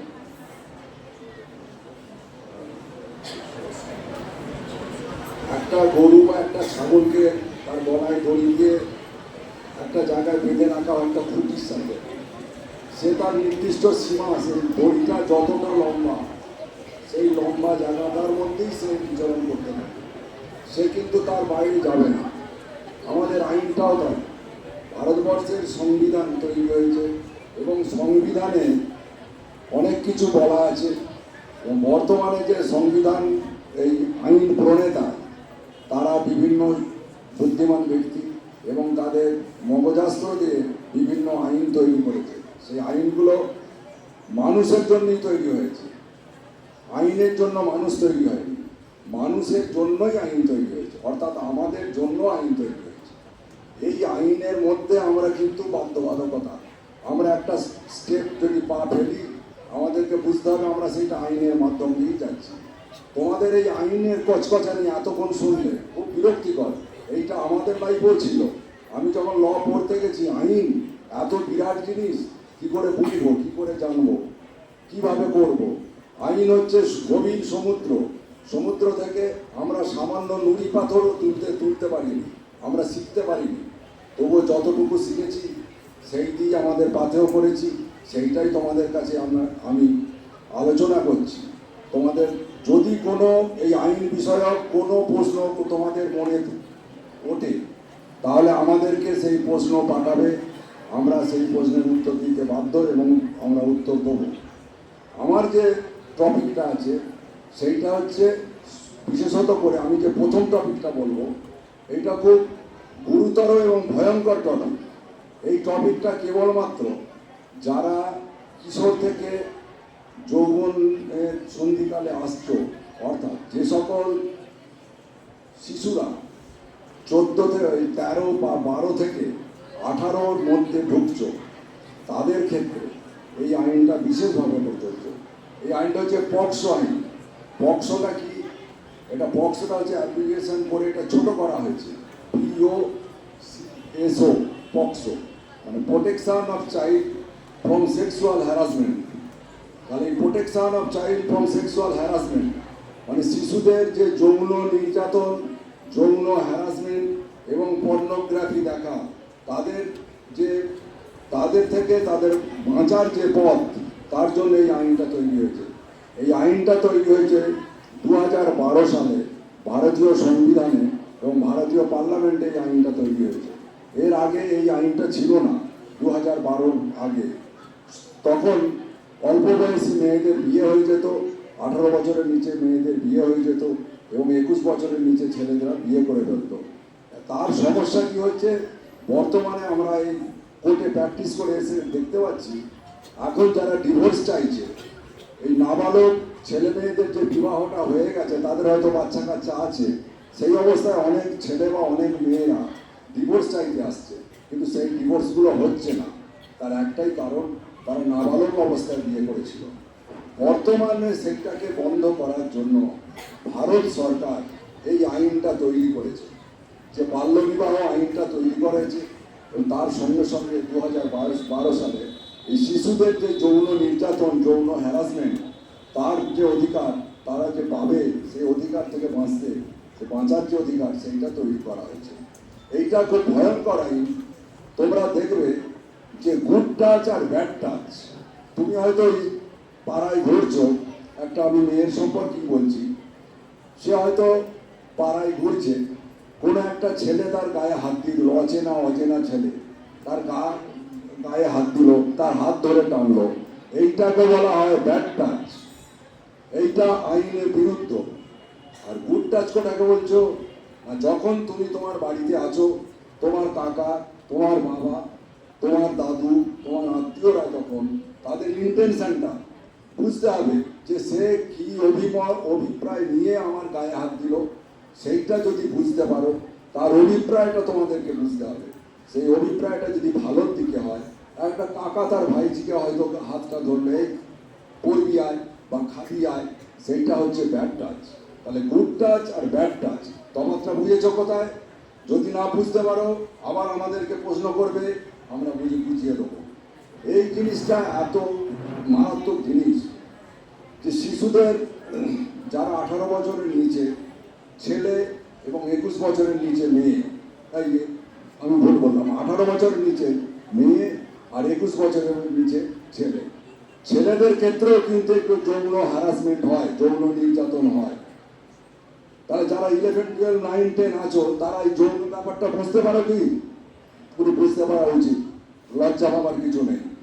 এখন এই জিনিসগুলো শিক্ষার মাধ্যমে দিয়ে আসে, স্কুলের দিদিমণিরাও সেইগুলো আস্তে আস্তে যদি তোমাদের শিক্ষার মধ্যে আনতে পারে, তাহলে দেখবে তোমরা অনেক উন্নত হচ্ছ, তোমরা স্বাভাবিকভাবে রাস্তাঘাটে চলাফেরা করতে পারবে। এই যে এই পক্সো আইন 2012 সালে যখন তৈরি হলো, ভারত সরকারের একটা তাদের একটা দায়িত্ব ছিল তো, যে কেন এই আইনটা করছি, তার সুযোগ তার সুবিধা তোমাদের মতো মেয়েদের পক্ষে প্রযোজ্য। ধরো তুমি এই যে মোবাইলে বিভিন্ন রকম ছবি ছাপা দিয়ে কারুর ছবিকে ডিলিট করে সেখানে অন্য একটা মেয়ের ছবি বসিয়ে তার সঙ্গে চ্যাট করা, এ করা, এইটাও কিন্তু পক্সো আইনের মধ্যে পড়ছে। এক তো সাইবার আইনও পড়ছে, পক্সো আইনও পড়ছে। এটাকে পর্নোগ্রাফি বলে। বা তোমার কারোর ছবি তুলে সেটাকে বিকৃত করা, সেটা পর্নোগ্রাফি। বা কোনো ছেলে তোমাকে সে একটা অ্যাডাল্ট পিকচার দেখাচ্ছে, সেইটাও পর্নোগ্রাফি, সেইটাও এই পক্সো আইনে পড়ে। পক্সো সেকশন 12-এর মধ্যে পড়ে। সেই 12-এ তার সাজা হচ্ছে 5 বছর, বিচার হবে স্পেশাল কোর্টে। যেহেতু আমি স্পেশাল কোর্টের পাবলিক প্রসিকিউটর, সেই ম্যাটারগুলো আমি বেশি দেখি, সেই জন্য আমি প্রত্যেককেই বলবো যে এই ধরনের কোনো ছেলে কোনো মানে নাবালিকা মেয়েকে যদি কিছুভাবে উত্তপ্ত করে বা কোনো কিছু করে, তাহলে সেইটা পক্সো আইনের মধ্যে আসবে। এই পক্সো আইনে যদি কোনো বাচ্চা মেয়ে তাকে জোর করে ভুল বুঝিয়ে তুলে নিয়ে যে তার সাথে শারীরিক সম্পর্ক করে, তাহলেও কিন্তু সেইটা পক্সো আইনের মধ্যে আসবে। তার মারাত্মক পানিশমেন্ট যাবজ্জীবন হতে পারে এবং তার ফাঁসিও হতে পারে। কোনো মেয়ে যদি কোনো ছেলে, কোনো ধরো একটা অ্যাডাল্ট মেয়ে, একটা নাবালক ছেলে যার 21 বছর বয়স কম, 21-এর কম, সেই ছেলের সঙ্গে সে শারীরিক সম্পর্ক করে তার মানে ইচ্ছার বিরুদ্ধে, তাহলেও সেইটা পক্সো আইন আসবে। যে ছেলেদের যে মেয়েদের যে পক্সো হবে না তা নয়, মেয়েদের বিরুদ্ধেও পক্সো আইন আসবে। কখন আসবে? যখন সেই অ্যাডাল্ট একটি মেয়ে, অ্যাডাল্ট মানে 18 বছরের ঊর্ধ্বে যদি মেয়ে হয় বা 18 বছর হয়, সেই মেয়েটি কোনো একটা নাবালক ছেলে যার 21 বছর বয়স কম, তার সাথে শারীরিক সম্পর্ক করে বা তার সাথে কোনো তাকে উত্তপ্ত করে, তাকে যৌন হেনস্থা করে, তাহলে সেই মেয়েটা ওই পক্সো আইনের আওতায় আসবে এবং সেখানেও তার মারাত্মক সাজা আছে। অর্থাৎ এই পক্সো আইন থেকে তোমরা বিরত থাকবে। কেউ কখনো ডাকলো ছুটে যাবে না, বিচার বুদ্ধি করবে। সঙ্গে সঙ্গে যেখানে কোনো লোক বা কোনো বদমাইশ ব্যক্তি যদি তোমাদের উপর কোনো উত্তপ্ত বা তোমাদেরকে কোনো কিছু করে, তখন সঙ্গে সঙ্গে তাকে চিৎকার করবে। চিৎকার করলেই 4-5 জন লোক উঠে যাবে এলাকায়। সেই ঘটনা কিন্তু তখন তোমরা জানাবে কোথায়? স্থানীয় পঞ্চায়েতে। স্থানীয় পঞ্চায়েত যদি কিছু না করে, তোমাদের স্কুলে আসবে, স্কুলের যে তোমাদের যে ফ্রেন্ড দিদিমণি আছে, যে দিদিমণির সাথে তোমরা বন্ধুত্বপূর্ণ ব্যবহার করো, সেই দিদিমণিকে জানাবে। তোমাদের নাম প্রকাশ করবে না কেউ, নাম গোপন থাকবে। তৎপরই তোমরা বা তোমাদের অভিভাবকদের কাছে আমাদের অনুরোধ যে তোমরা সঙ্গে সঙ্গে থানায়, লোকাল থানায় জানাবে। লোকাল থানায় একটা টোল ফ্রি নাম্বার আছে, যেই নাম্বারটা হচ্ছে 1098। এই নাম্বারটা লিখে রাখতে পারো এবং স্কুলের প্রত্যেক স্কুলের হেডমাস্টার মশাইয়ের কাছে এই নাম্বারটা আছে 1098। এই নাম্বারে তোমরা যদি জানাও, আর আমাদের তো বিহানের নাম্বার তোমরা সব নোট করে রেখেছো, সেই বিহানের নাম্বারও তোমরা জানাতে পারো। অতএব এই পক্সো আইন থেকে তোমরা বিরত থাকবে। তোমরা এখন নাবালক, তোমরা যেদিনে সাবালক হবে তখন তোমরা এই জিনিসগুলো বুঝতে পারবে। তোমাদের জীবন পড়ে আছে। আমি দেখেছি, এই মামলা করতে গিয়ে দেখেছি অনেক বাচ্চা মেয়ে, 13 বছরের বাচ্চা মেয়ে, সে প্রেগনেন্ট হয়ে গেছে। প্রেগনেন্ট হওয়ার পর যখন তার ডিএনএ টেস্ট হয়েছে, যে তাকে প্রেগনেন্ট করেছিল তার সাথে ডিএনএ ম্যাচিং করে গেছে। সেই ভদ্রলোকের বয়স হচ্ছে 55 বছর। সেই 55 বছর বয়স্ক লোকটা এই গত মাসে 20 বছরের সাজা দিয়েছে পক্সো আদালত। অতএব খুব সাবধান, তোমাদেরকে অনেক প্রলোভন দেখাবে। প্রলোভনের মাত্রা বর্তমান যুগে প্রচুর আছে। চকলেট দেখিয়ে প্রলোভন দেখাবে, সিনেমা দেখাবার নাম করে প্রলোভন দেখাবে, বেড়াতে যাবার নাম করে প্রলোভন দেখাবে। অতএব এইগুলো থেকে তোমরা সর্বদাই বিরত থাকবে। যেখানে এই অন্যায় দেখবে সেখানেই তোমরা প্রতিবাদ করবে, লোকাল লোককে ডাকবে, চিৎকার চেঁচামেচি করবে, থানায় জানাবে, তোমাদের নাম পরিচয় সম্পূর্ণ গোপন থাকবে। এই পক্সো আইন, এই অতএব তোমরা এই পক্সো আইনটা বুঝতে পেরেছো। আমি বিশেষ করে 8, 9, 11, 12 মেয়েদের বলছি, এই পক্সো আইনটা যদি তোমরা বুঝতে পারো, দেখবে তোমাদের অনেক মানসিক উন্নতি হবে। তোমরা তোমাদের আশপাশের মেয়েদেরকেও বলবে, আশপাশের ছেলেদেরকেও বলবে যে এখন নাবালক নাবালিকা অবস্থায় কোনোভাবেই কোনো কিছু করা যাবে না। এইটা ভারতবর্ষের আইন, এই হচ্ছে পক্সো আইন। দ্বিতীয় টপিক হচ্ছে জুভেনাইল জাস্টিস অ্যাক্ট, শিশুদের যত্ন এবং সুরক্ষা। এই জুভেনাইল জাস্টিস অ্যাক্ট এইটা করা হয়েছে কেবলমাত্র শিশুদের জন্য। শিশু কারা? বারবার প্রত্যেকে বলছে 18 বছরের নিম্নে যারা, সে ছেলে হোক মেয়ে হোক, তারা প্রত্যেকেই হচ্ছে শিশু। সেই শিশুদের সুরক্ষা, শিশুদের যত্ন, সেইটাকে নিয়ে ভারতবর্ষের যে আইনটা তৈরি হয়েছে, এই আইনটা প্রথম তৈরি হয়েছিল 2000 সালে। সেই 2000 সালে আইনটাকে পরিবর্তন করে, কিছু পরিবর্তন সংযোজন করে 2015 সালের 31শে ডিসেম্বর পুনরায় এই জুভেনাইল জাস্টিস অ্যাক্ট, শিশু সুরক্ষা আইন তৈরি হয় একমাত্র শিশুদের জন্য। তোমাদের হয়তো একটু বুঝতে অসুবিধা লাগছে। আসলে প্রথমেই বললাম যে আইনটা খুব মারপ্যাঁচ, আইনের মধ্যে কোনো রস নেই। হ্যাঁ, আমাদেরও কষ্ট হয় যখন এই পড়াশোনা করি না, দিন রাত পড়তে হয়, পড়েই যেতে হয়। তোমাদের পড়াটা একটা নির্দিষ্ট গণ্ডির মধ্যে, বিজ্ঞান একটা নির্দিষ্ট গণ্ডির মধ্যে, ভূগোল একটা সাবজেক্ট নির্দিষ্ট গণ্ডি, কিন্তু আমাদের আইনটা কোনো গণ্ডি নাই। যত পড়বে তত শিখবে, যত পড়বে তত জ্ঞান হবে। জুভেনাইল জাস্টিস অ্যাক্ট হচ্ছে শিশুদের জন্য। তোমরা শিশু 18 বছরের নিচে, তোমাদের যত্নের জন্য। কি রকম যত্ন? তোমাদের যে মারধর করা, কোনো ফ্যামিলিতে দেখা গেল যে বাবা মা বা তার কাকা কাকিমা একটা বাচ্চাকে অহেতু মারধর করছে, সেইটা জুভেনাইল জাস্টিস অ্যাক্টে পড়বে। সেই খবরটা তোমরা থানায় জানাবে, তারা সঙ্গে সঙ্গে অ্যাকশন নেবে। তারপর জুভেনাইল জাস্টিস বোর্ড আছে প্রত্যেক জেলাতে। আমাদের যে জেলা, হুগলি জেলাতে জুভেনাইল জাস্টিস বোর্ড আছে, সেখানেও জানাতে পারে। তারপরে কি হচ্ছে, এই জুভেনাইল যে সমস্ত শিশুদেরকে ভিক্ষাবৃত্তি করার জন্য, যে আগের বক্তারা বলে গেছে যে হিউম্যান ট্রাফিকিং, যে একটা বাচ্চাকে অন্য জায়গায় স্থানান্তর করা, তার কারণ হচ্ছে তাকে ভিক্ষাবৃত্তি করানো। সেই ভিক্ষাবৃত্তির জন্য যদি কেউ করে, তাহলে সেইটাও জুভেনাইল জাস্টিস অ্যাক্টের মধ্যে পড়ছে। সেই শিশুকে তারা উদ্ধার করবে, উদ্ধার করে সেখানে তার সেই আসামিকে ধরবে, অর্থাৎ যে নিয়ে গেছে তাকে ভিক্ষাবৃত্তি করার জন্য, সেই লোক বা সেই ব্যক্তিকে ধরবে, তার সাজা হবে। যদি সেই ব্যক্তিটি নাবালক হয়, তাহলে তার সাজাটা সেইভাবেই হবে। তার যে ম্যাচিওর করা, তাকে মানে রিকনসিলেশন করা, তাকে বোঝানো যে তুমি এই পথ থেকে সরে এসো, সেইটাই হচ্ছে জুভেনাইল জাস্টিস বোর্ডের কাজ। এবং তাদের বিচারটা কোথায় হবে? জুভেনাইল জাস্টিস কোর্ট আছে প্রত্যেক জেলাতে, জুভেনাইল জাস্টিস কোর্ট। সেখানে কিন্তু এই যারা প্রাপ্তবয়স্কের যে বিচার হয়, যেমন মার্ডার কেস, রেপ কেস, চুরি কেস, ডাকাতি কেসের যে বিচার হয়, সেই সমস্ত কোর্টে বিচার হবে না। তাদের বিচারটা হবে জুভেনাইল জাস্টিস কোর্ট, বাচ্চাদেরই কোর্ট। সেখানে তাদেরকে কিভাবে তাদের পড়াশোনা করা হবে, তাদেরকে কিভাবে সমাজে ফিরিয়ে আনতে হবে, তাদের কিভাবে সমাজে পুনঃপ্রতিষ্ঠিত করতে হবে সেই কোর্ট আছে, সেখানে তাদের সেইভাবে বিচার হবে। এবং যদি দেখা যায় যে 16 থেকে 18 বছর বয়সী কোনো ছেলে কোনো একটা হিনিয়াস অফেন্স, হিনিয়াস মানে গুরুতর অপরাধ, কারো হয়তো মার্ডার কেস করেছে, কাউকে মেরে দিয়েছে, বা রেপ কেস করেছে, কারোর সাথে শারীরিক সম্পর্ক করেছে, সেক্ষেত্রে বিচারটা কিন্তু প্রাপ্তবয়স্কদের যেমন বিচার হয় সেই রকম বিচার হবে। মানে লাইফ ইমপ্রিজমেন্টও হতে পারে, যাবজ্জীবনও হতে পারে।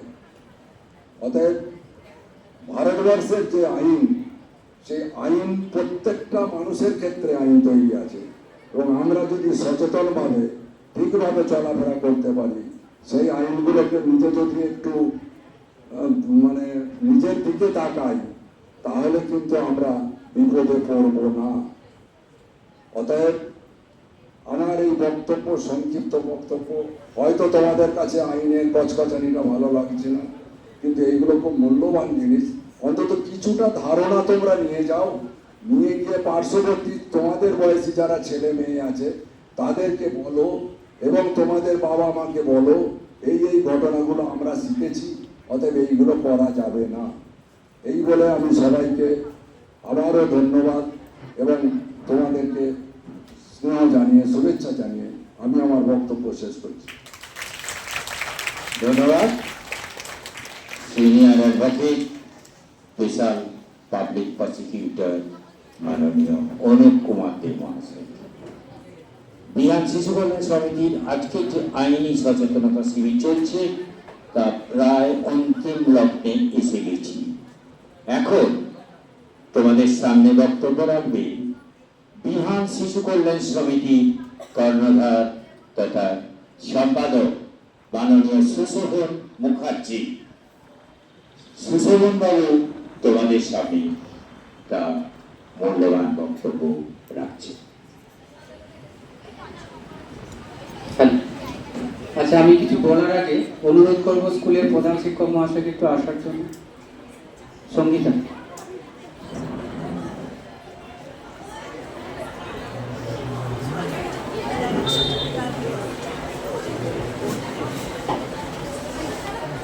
আপনি সামনে আসুন। এত সুন্দর একটা অনুষ্ঠান আয়োজন করার জন্য আমরা সমিতির পক্ষ থেকে কিছুটা শুভেচ্ছা স্কুলের প্রতি একটা ট্রফি তুলে দিচ্ছেন আমাদের অ্যাডভোকেট সঙ্গীতা সরকার মহাশয়, প্রধান শিক্ষক মহাশয়ের হাতে।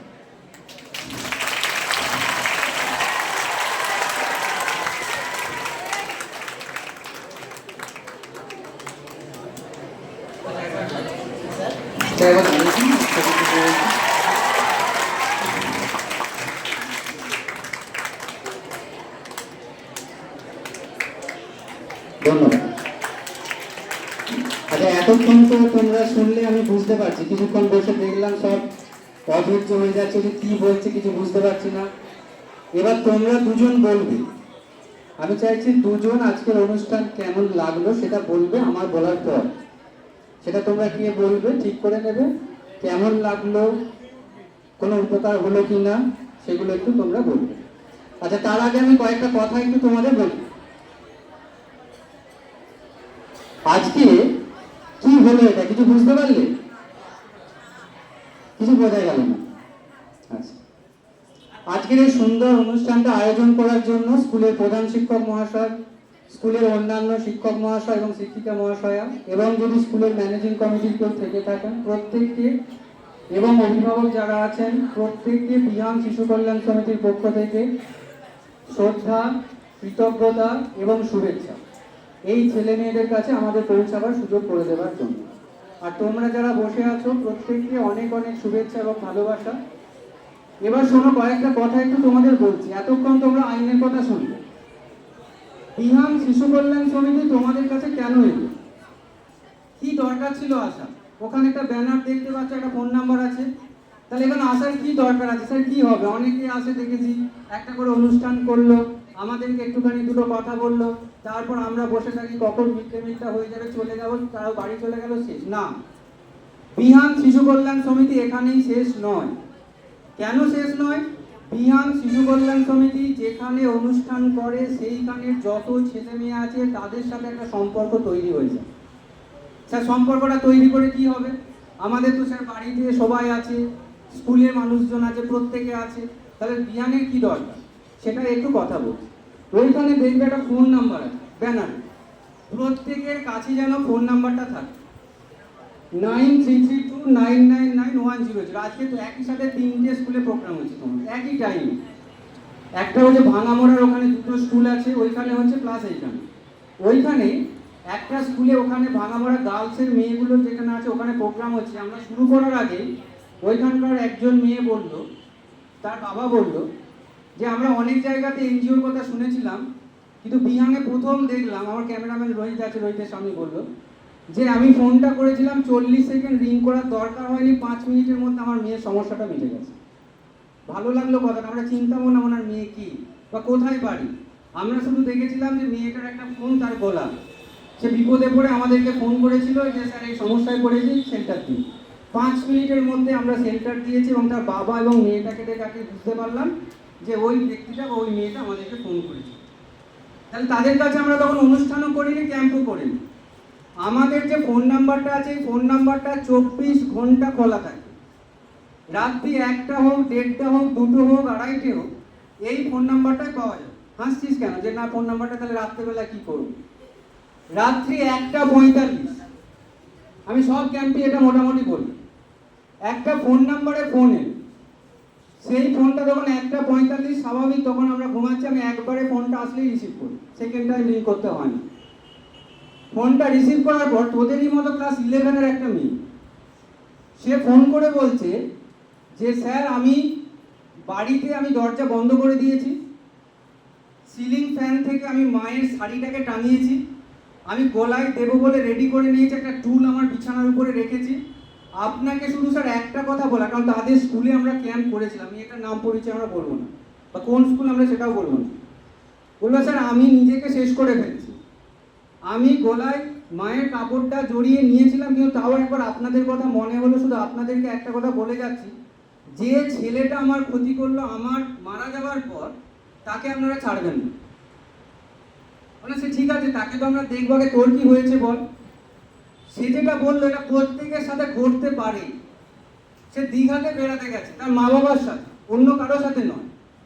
সেখানে গিয়ে সে ছবি তুলেছে, ভালো ছবি, মা বাবার সাথে কি ছবি তুলবে, ভালো ছবি তুলবে, ফেসবুক অ্যাকাউন্টে ছবিগুলো শেয়ার করেছে।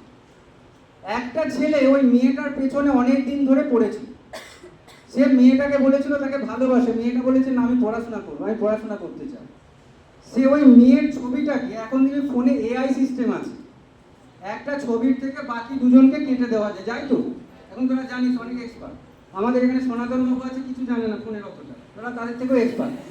তো সেই রকম বাবাকে মাকে সাইড করে দিয়েছে, ওই ছবিটাকে ওই ছেলেটার সাথে, এখন দেখবি জেমিনাই বলে সব আছে গুগলে, দুজনকে অ্যাজ কাপল পোস্ট দিয়ে একটা নতুন ফেসবুক প্রোফাইল খুলেছে মেয়েটার নাম করে পোস্ট করছে আমার হাজবেন্ডের সাথে আমি, আমার উঠবি হাজবেন্ডের সাথে আমি, দীঘায় ছবি দিচ্ছে, কি দিচ্ছে, দীঘাতে আমার সাথে দুরাত। সে বাড়িতে গিয়ে ভয়ে বলতে পারছে না লোকজনের, এবং কাকে কাকে সে ফ্রেন্ড লিস্টে রেখেছে, মেয়েটার যারা পরিচিত আছে তাদের সবাইকে দেখছে, মেয়েটা রিকোয়েস্ট পাঠাতাম তারা সবাই দেখছে। ভয়ে যখন সে দেখছে আর কিছু করা যাবে না, সে তখন সঙ্গে সঙ্গে বললাম নিজেকে শেষ করে ফেলবে। বাবা মাকে বললো বাবা মা মারবে, সঙ্গে সঙ্গে তাকে বললাম ঠিক আছে তুই গলায় দড়ি নিবি, সুইসাইড করবি, আমি তোকে কিছু বলবো, কিন্তু 5টা মিনিট সময় আমাকে দে, তারপর তো যা ইচ্ছা তুই করবি। সঙ্গে সঙ্গে থানার সাথে যোগাযোগ করার, আমাদের যারা এখানে আছেন, এই যে অনুপবাবু এতক্ষণ ধরে কথা বলছিলেন, ওনারা শুধু বক্তৃতা দেন না, আমার তোদের মতো যখনই কোনো ছেলে বা মেয়ে বিপদে পড়ে সাথে সাথে ওনাদেরকে আমরা ফোন করি, রাত্রি 10টা হোক 11টা হোক, যে এই মেয়েটা সমস্যায় পড়েছে তাহলে কি করা যাবে, থানাতে ফোন করি। তো সেই রকমই সেই মেয়েটার ব্যাপারে থানাতে যোগাযোগ করা হলো, থানা সঙ্গে সঙ্গে সেটাকে টেক আপ করলো এবং মেয়েটার প্রোফাইলটাকে রেস্ট্রিক্টেড করে দেওয়া হলো, কিছু ছবি ডিলিট করে দেওয়া। মেয়েটাকে বললাম দেখ তোর প্রোফাইলটা এবার দেখ, তুই ওটা দেখে তুই কিছু বুঝতে পারছিস কিনা। সে বললো হ্যাঁ স্যার 2-3টে ছবি ডিলিট হয়েছে, এখনো প্রোফাইলটা আছে, ওটা সময় লাগবে। কিছুক্ষণ তার সাথে কথা বললাম 10-15 মিনিট, তারপরে সে বললো যে স্যার আমি একটু বাথরুম থেকে আসি। ঠিক আছে তুই বাথরুম থেকে আয়। বাথরুম থেকে আসার পরেও আমি বলছি ফোনটা কাটবি না, ফোনটা ধরে রেখে তুই যাবি। সে এলো বাড়িতে, আসার পর বললো, স্যার আমি আর সুসাইড করবো না, আমি কাপড়টা খুলে ফেলে দিচ্ছি। সে কাপড়টা খুলে দিল। সেই দিনে সে রাত্রে ঘুমালো। পরের দিনে সে হাসতে হাসতে স্কুলে গেল। আমাদেরকে ফিরে এসে বললো, স্যার আমি আর কোনো অসুবিধা নেই, প্রোফাইলটাও বন্ধ হয়ে গেছে, আমি স্কুলে যাব। আজকে যদি বিহানের নাম্বারটা তার কাছে না থাকতো, সেই মেয়েটা এবছর উচ্চ মাধ্যমিক দেবে, সে দিতে পারতো? এই সমস্যা কি তোদের সাথেও ঘটতে পারে কি পারে? মেয়েটার কি দোষ ছিল? মেয়েটা কোনো দোষ করেছে? মেয়েটা তার মা বাবার সাথে দীঘাতে বেড়াতে গেছে, এটার মধ্যে দোষ আছে কিছু? কিচ্ছু নেই। তোরা ভাবছিস স্যার আমরা তো বসে আছি, আমরা তো মেয়ে নয়, আমাদের কি হবে? একটা বয়েজ স্কুলে প্রোগ্রাম করেছিলাম শুধুমাত্র ছেলেদের জন্য। সেইখানে আমরা প্রোগ্রাম করে গাড়িতে উঠেছি কিছুদিন আগে, অনুভবও জানে বা আমাদের যারা সনাতনরা সবাই জানে। গাড়িতে উঠে গাড়িটা স্টার্ট দিয়েছি, ছেলেটা কাঁদতে কাঁদতে ফোন করেছে, স্যার আমি ভাবছিলাম যে কাউকে বলার সাহস পাবো না, আপনাদেরকে একটা কথা জানাতে চাই। আমরা কি বল? সে সঙ্গে সঙ্গে সাংঘাতিক কথা বললো যে স্কুলের ফার্স্ট বয় এবং সেকেন্ড বয় তারা তার সাথে কি কি ঘটনা ঘটে। ওই ছেলেটির বাবা ওই স্কুলেরই হচ্ছে, সে ওখানকার টিচার, কিন্তু সেটা বাবাকে বলতে পারেনি। রিসেন্ট ঘটনা, তাই তো রোহিত? একদম রিসেন্ট ঘটনা। সঙ্গে সঙ্গে আমরা গাড়ির থেকে নেমে থানাতে ঢুকে গেলাম, এবং ওই যে ছেলেটা আছে সেই ছেলেটাকে সমস্ত কিছু ব্যবস্থা থানার থেকে করা হলো। এবং সেই ছেলেটা যে 2 বছরের উপর ধরে সে অন্য দুটো ছেলের কাছ থেকে অত্যাচার সহ্য করছিল, যেটা ফিজিক্যাল টর্চার শুধু নয়, সেক্সুয়াল হ্যারাসমেন্ট সহ্য করছিল, যেটা সঙ্গে সঙ্গে তাকে বন্ধ করা হয়েছে এবং সে কিন্তু এখন স্কুলে যাচ্ছে। তাহলে সমস্যা যে কারো সাথে হতে পারে, যে কারো সাথে ঘটনা ঘটতে পারে। মনে হচ্ছে স্যার খুব পাওয়ারফুলি আমার সাথে খারাপ ব্যবহার করে। আজকে সঙ্গীতা ম্যাডাম আছে, তোদের সাথে একটু বসবে 5-10 মিনিট। যদি কারো সাথে কোনো ঘটনা ঘটে থাকে তোরা নিশ্চিন্তে সঙ্গীতা ম্যাডামের কাছে বলবি, তোদের নাম পরিচয় সমস্ত কিছু গোপন রাখবে এবং সেটার যা ব্যবস্থা নেওয়ার আমরা ব্যবস্থা নেব।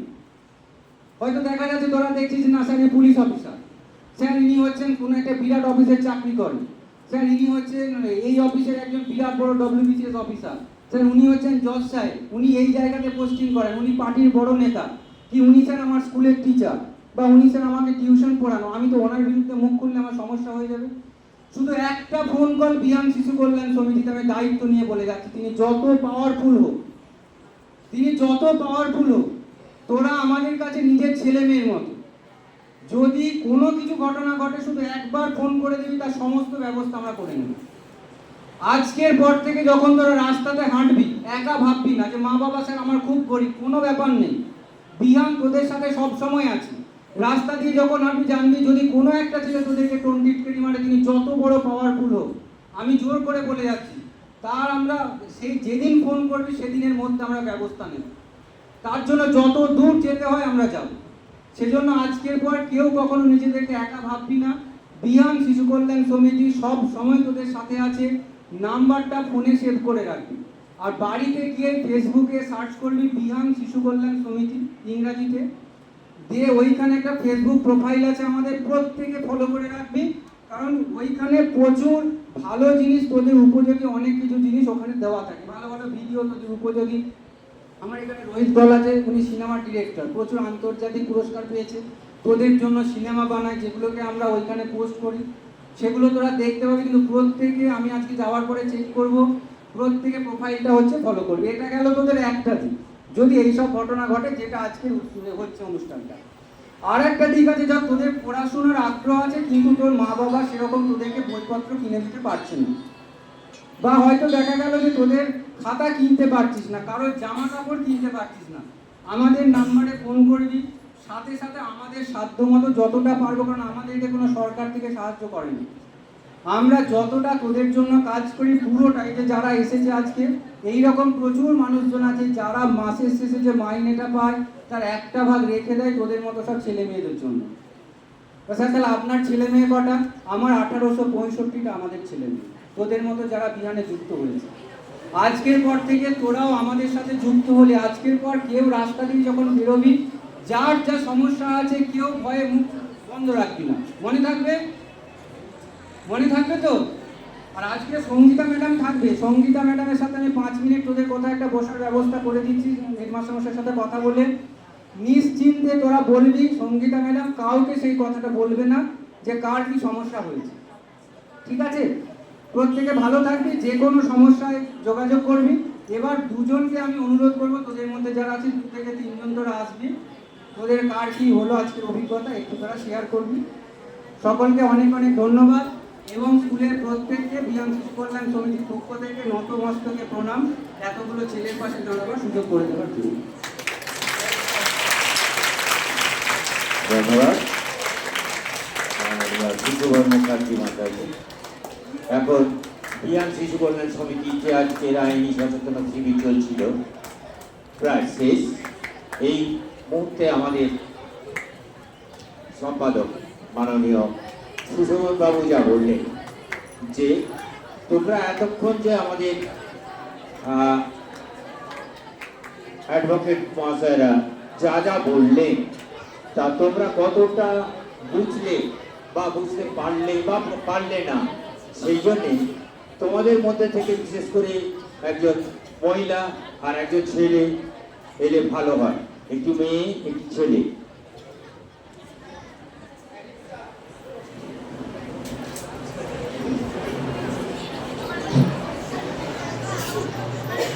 তুমি তোমার অভিজ্ঞতার কথা বলো, যে আজকে আমরা যে বললাম এত কথা তুমি কি বুঝলে, তোমার কি মনে হলো, বা এরকম সচেতনতা শিবির আইনি সচেতনতা শিবির করে কি লাভ হলো?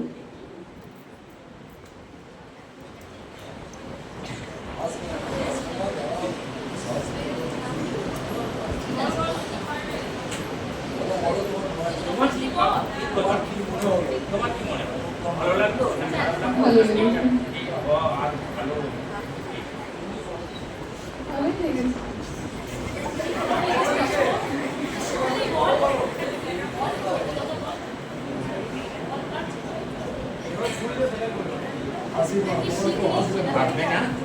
হ্যাঁ বলো না, তোমার মনে কথাটাই তুমি বলো।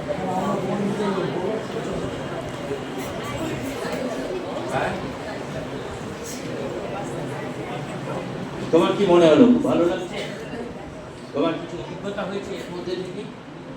বাল্য বিবাহ, তারপর শিশু শ্রমিক, তারপর ওই সাইবার ক্রাইম, মানে ফোন থেকে টাকা পয়সা করা, ভালো লাগছে তো? এগুলো ভালো হলো। তোমাদের এই শিক্ষা ছিল এর আগে? এর আগে ধারণা ছিল? আজকে পরে তোমাদের ধারণা ভালো হলো? ভালো হলো? বেশ, আর কেউ মেয়েদের মধ্যে থেকে আর কেউ বলুন?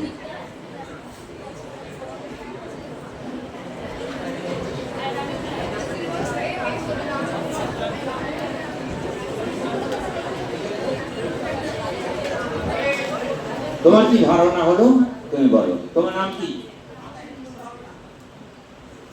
নমস্কার, আমি আমার এখানে যারা আছেন বড়দের সম্মান জানাচ্ছি এবং আমার দাদা দিদি ভাই বোনেদের স্নেহ জানাচ্ছি। আমার নাম রামিম নেসা। আজকে এই অনুষ্ঠানে আমি খুবই অভিজ্ঞ এবং আমার খুবই ভালো লেগেছে এই অনুষ্ঠানটায়। আমি অনেক কিছু শিখতে পেরেছি, যে মানে কাউকে দেখে বিশ্বাস করাটা আমাদের উচিত নয়, আমাদের প্রত্যেককে জানা উচিত, চেনা উচিত। এবং আমি চাই যে আমাদের স্কুলে এরকমভাবে আরও কিছু অনুষ্ঠান হোক, যার থেকে আমরা খুবই কিছু জানতে পারি, যার জন্য আমরা ভবিষ্যতে আরও কিছু করতে পারি। আমি আমার প্রধান শিক্ষক মহাশয়ের কাছেও খুবই কৃতজ্ঞ যে এরকম একটা অনুষ্ঠান আমাদের স্কুলে তিনি করার জন্য অনুমতি দিয়েছেন। এই বলে আমার বক্তব্য।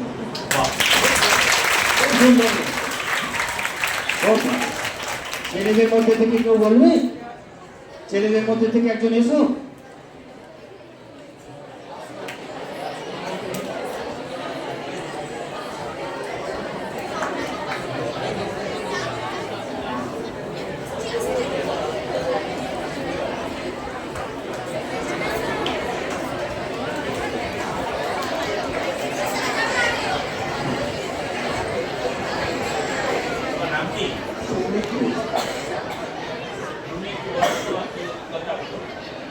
প্রথমে প্রত্যেকে আমার শুভেচ্ছা জানাই এবং এখানে উপস্থিত সকল ভাই বোনকে আমার ভালোবাসা জানিয়ে আমি আমার যে কথা সেটি বলতে চাইছি আজকে এই যে অনুষ্ঠান তার মাধ্যমে কিছু কিছু আমাদের এমন জিনিস থাকে যা আমরা আমাদের গার্জেনদের সঙ্গে শেয়ার করতে পারি না। সেই রকমই কিছু কেমন কথা এনারা আমাদেরকে বললেন, যার মাধ্যমে ভবিষ্যতে যদি আমাদের কোনোভাবে কোনো অসুবিধা হয় সেগুলো আমরা সমাধান করতে পারবো এই হেল্পলাইন নম্বরের মাধ্যমে। এছাড়াও এই ধরনের অনুষ্ঠান যদি আমাদের স্কুলের মাঝে মধ্যে হয় তার ফলে আমরা বেশ ভালোই শিক্ষা পেয়ে থাকবো এবং আমি আমার স্কুলের হেডমাস্টার মশাইকে এটাই অনুরোধ করবো যে তিনি যেন এই ধরনের অনুষ্ঠানের আয়োজন আমাদের স্কুলে করে থাকেন। এইগুলি আমি আমার কথা শেষ করছি। ধন্যবাদ।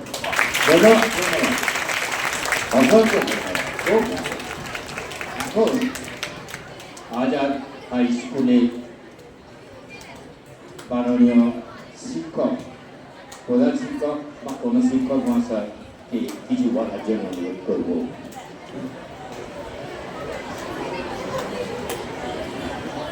বিহান শিশু কল্যাণ সমিতির প্রত্যেককে সোহালুক আজাদ হাই স্কুলের পক্ষ থেকে বিনম্র শ্রদ্ধা জ্ঞাপন করছি।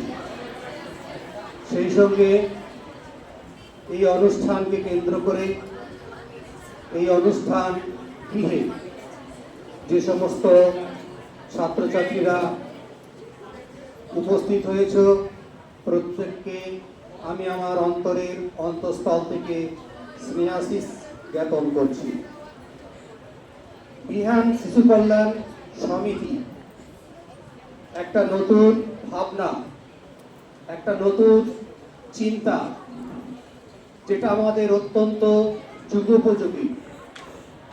বিশেষ করে আমরা যে বয়সের উপর দাঁড়িয়ে আছি সেই বয়সের যে মন, সেই মনের মধ্যে যদি এই চিন্তা ভাবনার বীজগুলোকে বপন না করা যায় তাহলে আগামী দিনের যে আমাদের জীবন, গোটা জীবনটাই পড়ে আছে, তাহলে সেই জীবনটা একটা বিশৃঙ্খলায় ভরে যাবে, আমরা উদ্ভ্রান্ত হয়ে যাব, সঠিক আমরা জীবনকে পরিচালিত করতে পারবো না। তাই বিহান শিশু কল্যাণ সমিতি যে অমূল্য বক্তব্য, সেটা শুধুমাত্র ছাত্রছাত্রীদের কাছেই পাথেয় নয়, আমি মনে করি আমাদের কাছেও আগামী দিনের চলার ক্ষেত্রে একটা অমূল্য পাথেয় হয়ে থাকবে। এবং তারা তোমাদের মধ্যে একটা সাহস সঞ্চার করেছে। আজকে আমরা বিভিন্ন রাজনৈতিক চাপের কাছে নতি স্বীকার করি। সম্পাদক মহাশয় বললেন কোনো শক্তির কাছেই তারা মাথা নত করতেন না। বিবেকানন্দ বলেছিলেন যে পৃথিবীতে যত রকমের পাপ আছে, দুর্বলতাই হচ্ছে সে পাপ সব থেকে বেশি। তাই আমাদের প্রত্যেককে সাহস সঞ্চার করতে হবে। তোমার যে অসুবিধা, আমাদের যে অসুবিধা, সেই অসুবিধার কথা তোমরা নিশ্চিতভাবে গোপন রেখে, যেহেতু তোমরা সাহায্য পাচ্ছ, সেই সাহায্য গ্রহণ করে আগামী দিনগুলোকে আরো সুন্দর, আরো সার্থক, আরো মঙ্গলময় করে তুলবে, এটা সকলের কাছে আশা রাখি। পরিশেষে বিহান শিশু কল্যাণ সমিতির প্রত্যেককে বিদ্যালয়ের পক্ষ থেকে আবার যথাযোগ্য স্থানে বিনম্র শ্রদ্ধা, নমস্কার ও শুভেচ্ছা জানিয়ে আমার বক্তব্য শেষ করুন। ধন্যবাদ শিক্ষক মহাশয়কে। এখন এই আজাদ হাই স্কুলে শিক্ষিকাকে, মাননীয় শিক্ষিকা মহাশয়কে কিছু বলার জন্য অনুরোধ করছি।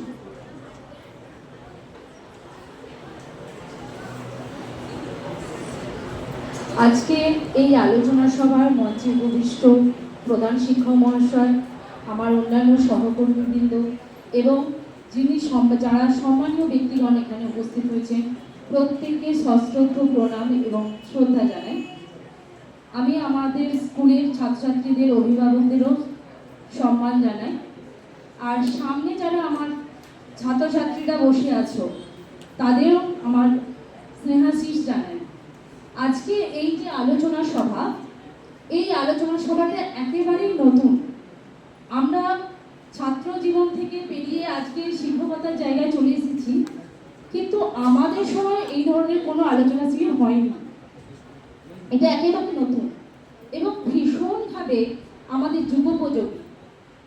দেখো, আজকে প্রত্যেকেই আমরা ফোন, ফেসবুক, হোয়াটসঅ্যাপ, বিভিন্ন রকম, আমরা ইনস্টাগ্রাম, এখনকার ছেলে মেয়েদের আবার এটা বিরাটভাবে চলছে ইনস্টাগ্রাম, আমাদের নেই যদিও, কিন্তু এটা ভীষণভাবে চলছে।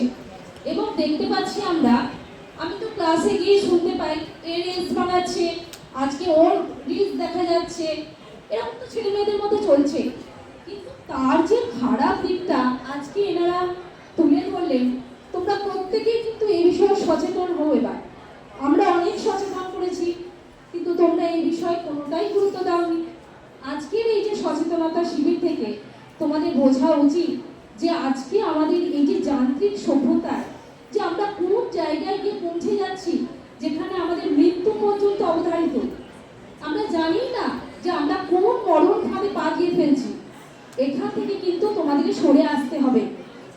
এবং সবচেয়ে বেশি যেটা আমাদের আজকের এই আলোচনা সভায় আমার মনে হয়েছে ভীষণভাবে উপযোগী, সেটা হচ্ছে তোমাদের এই যে সচেতনতা।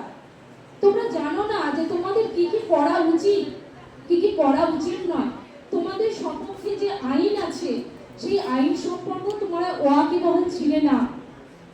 কিন্তু আজকে এই শিশু সুরক্ষা বিষয়ে এনারা এত সুন্দরভাবে বুঝিয়ে দিলেন। আজকে তোমরা নিশ্চিন্তে রাস্তাঘাটে যেতে পারো। তোমাদের কোনো রকম হ্যারাস হলে তোমরা অবশ্যই কিন্তু এই হেল্পলাইনে ফোন করে জানাতে পারো, আমাদের স্কুলেও স্যারেতে জানাতে পারো। সে বিষয়ে তোমরা সাবধানে পা রাখবে এবং আশা করব যে তোমরা আগামী দিনে সুন্দর একজন মানুষ হয়ে দেখাবে। ঠিক আছে।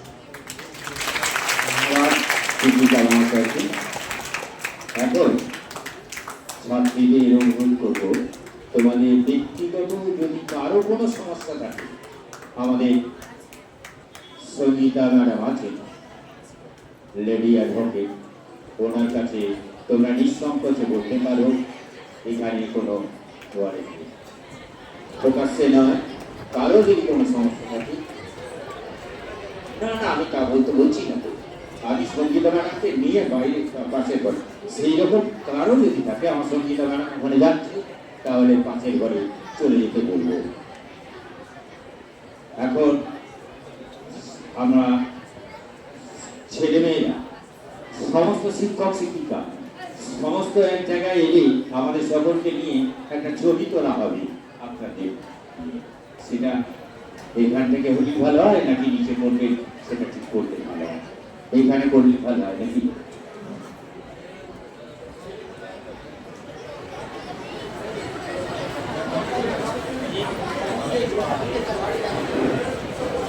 সবাইকে নিয়ে মাস্টারমশাইকে নিয়ে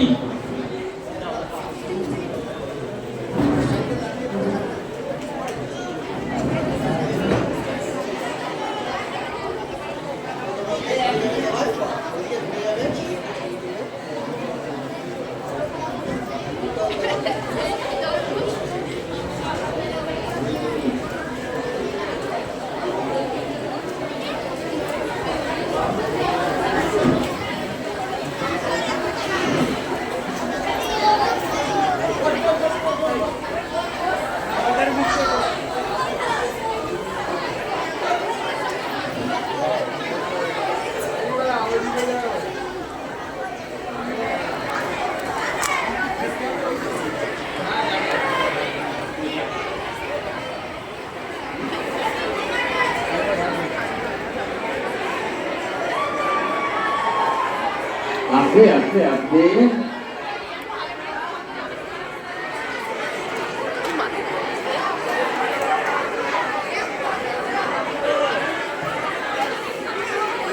মা একটু যাই, মারে একটু চল না, লাগে না জানো বাবা, একটু চলে যায়।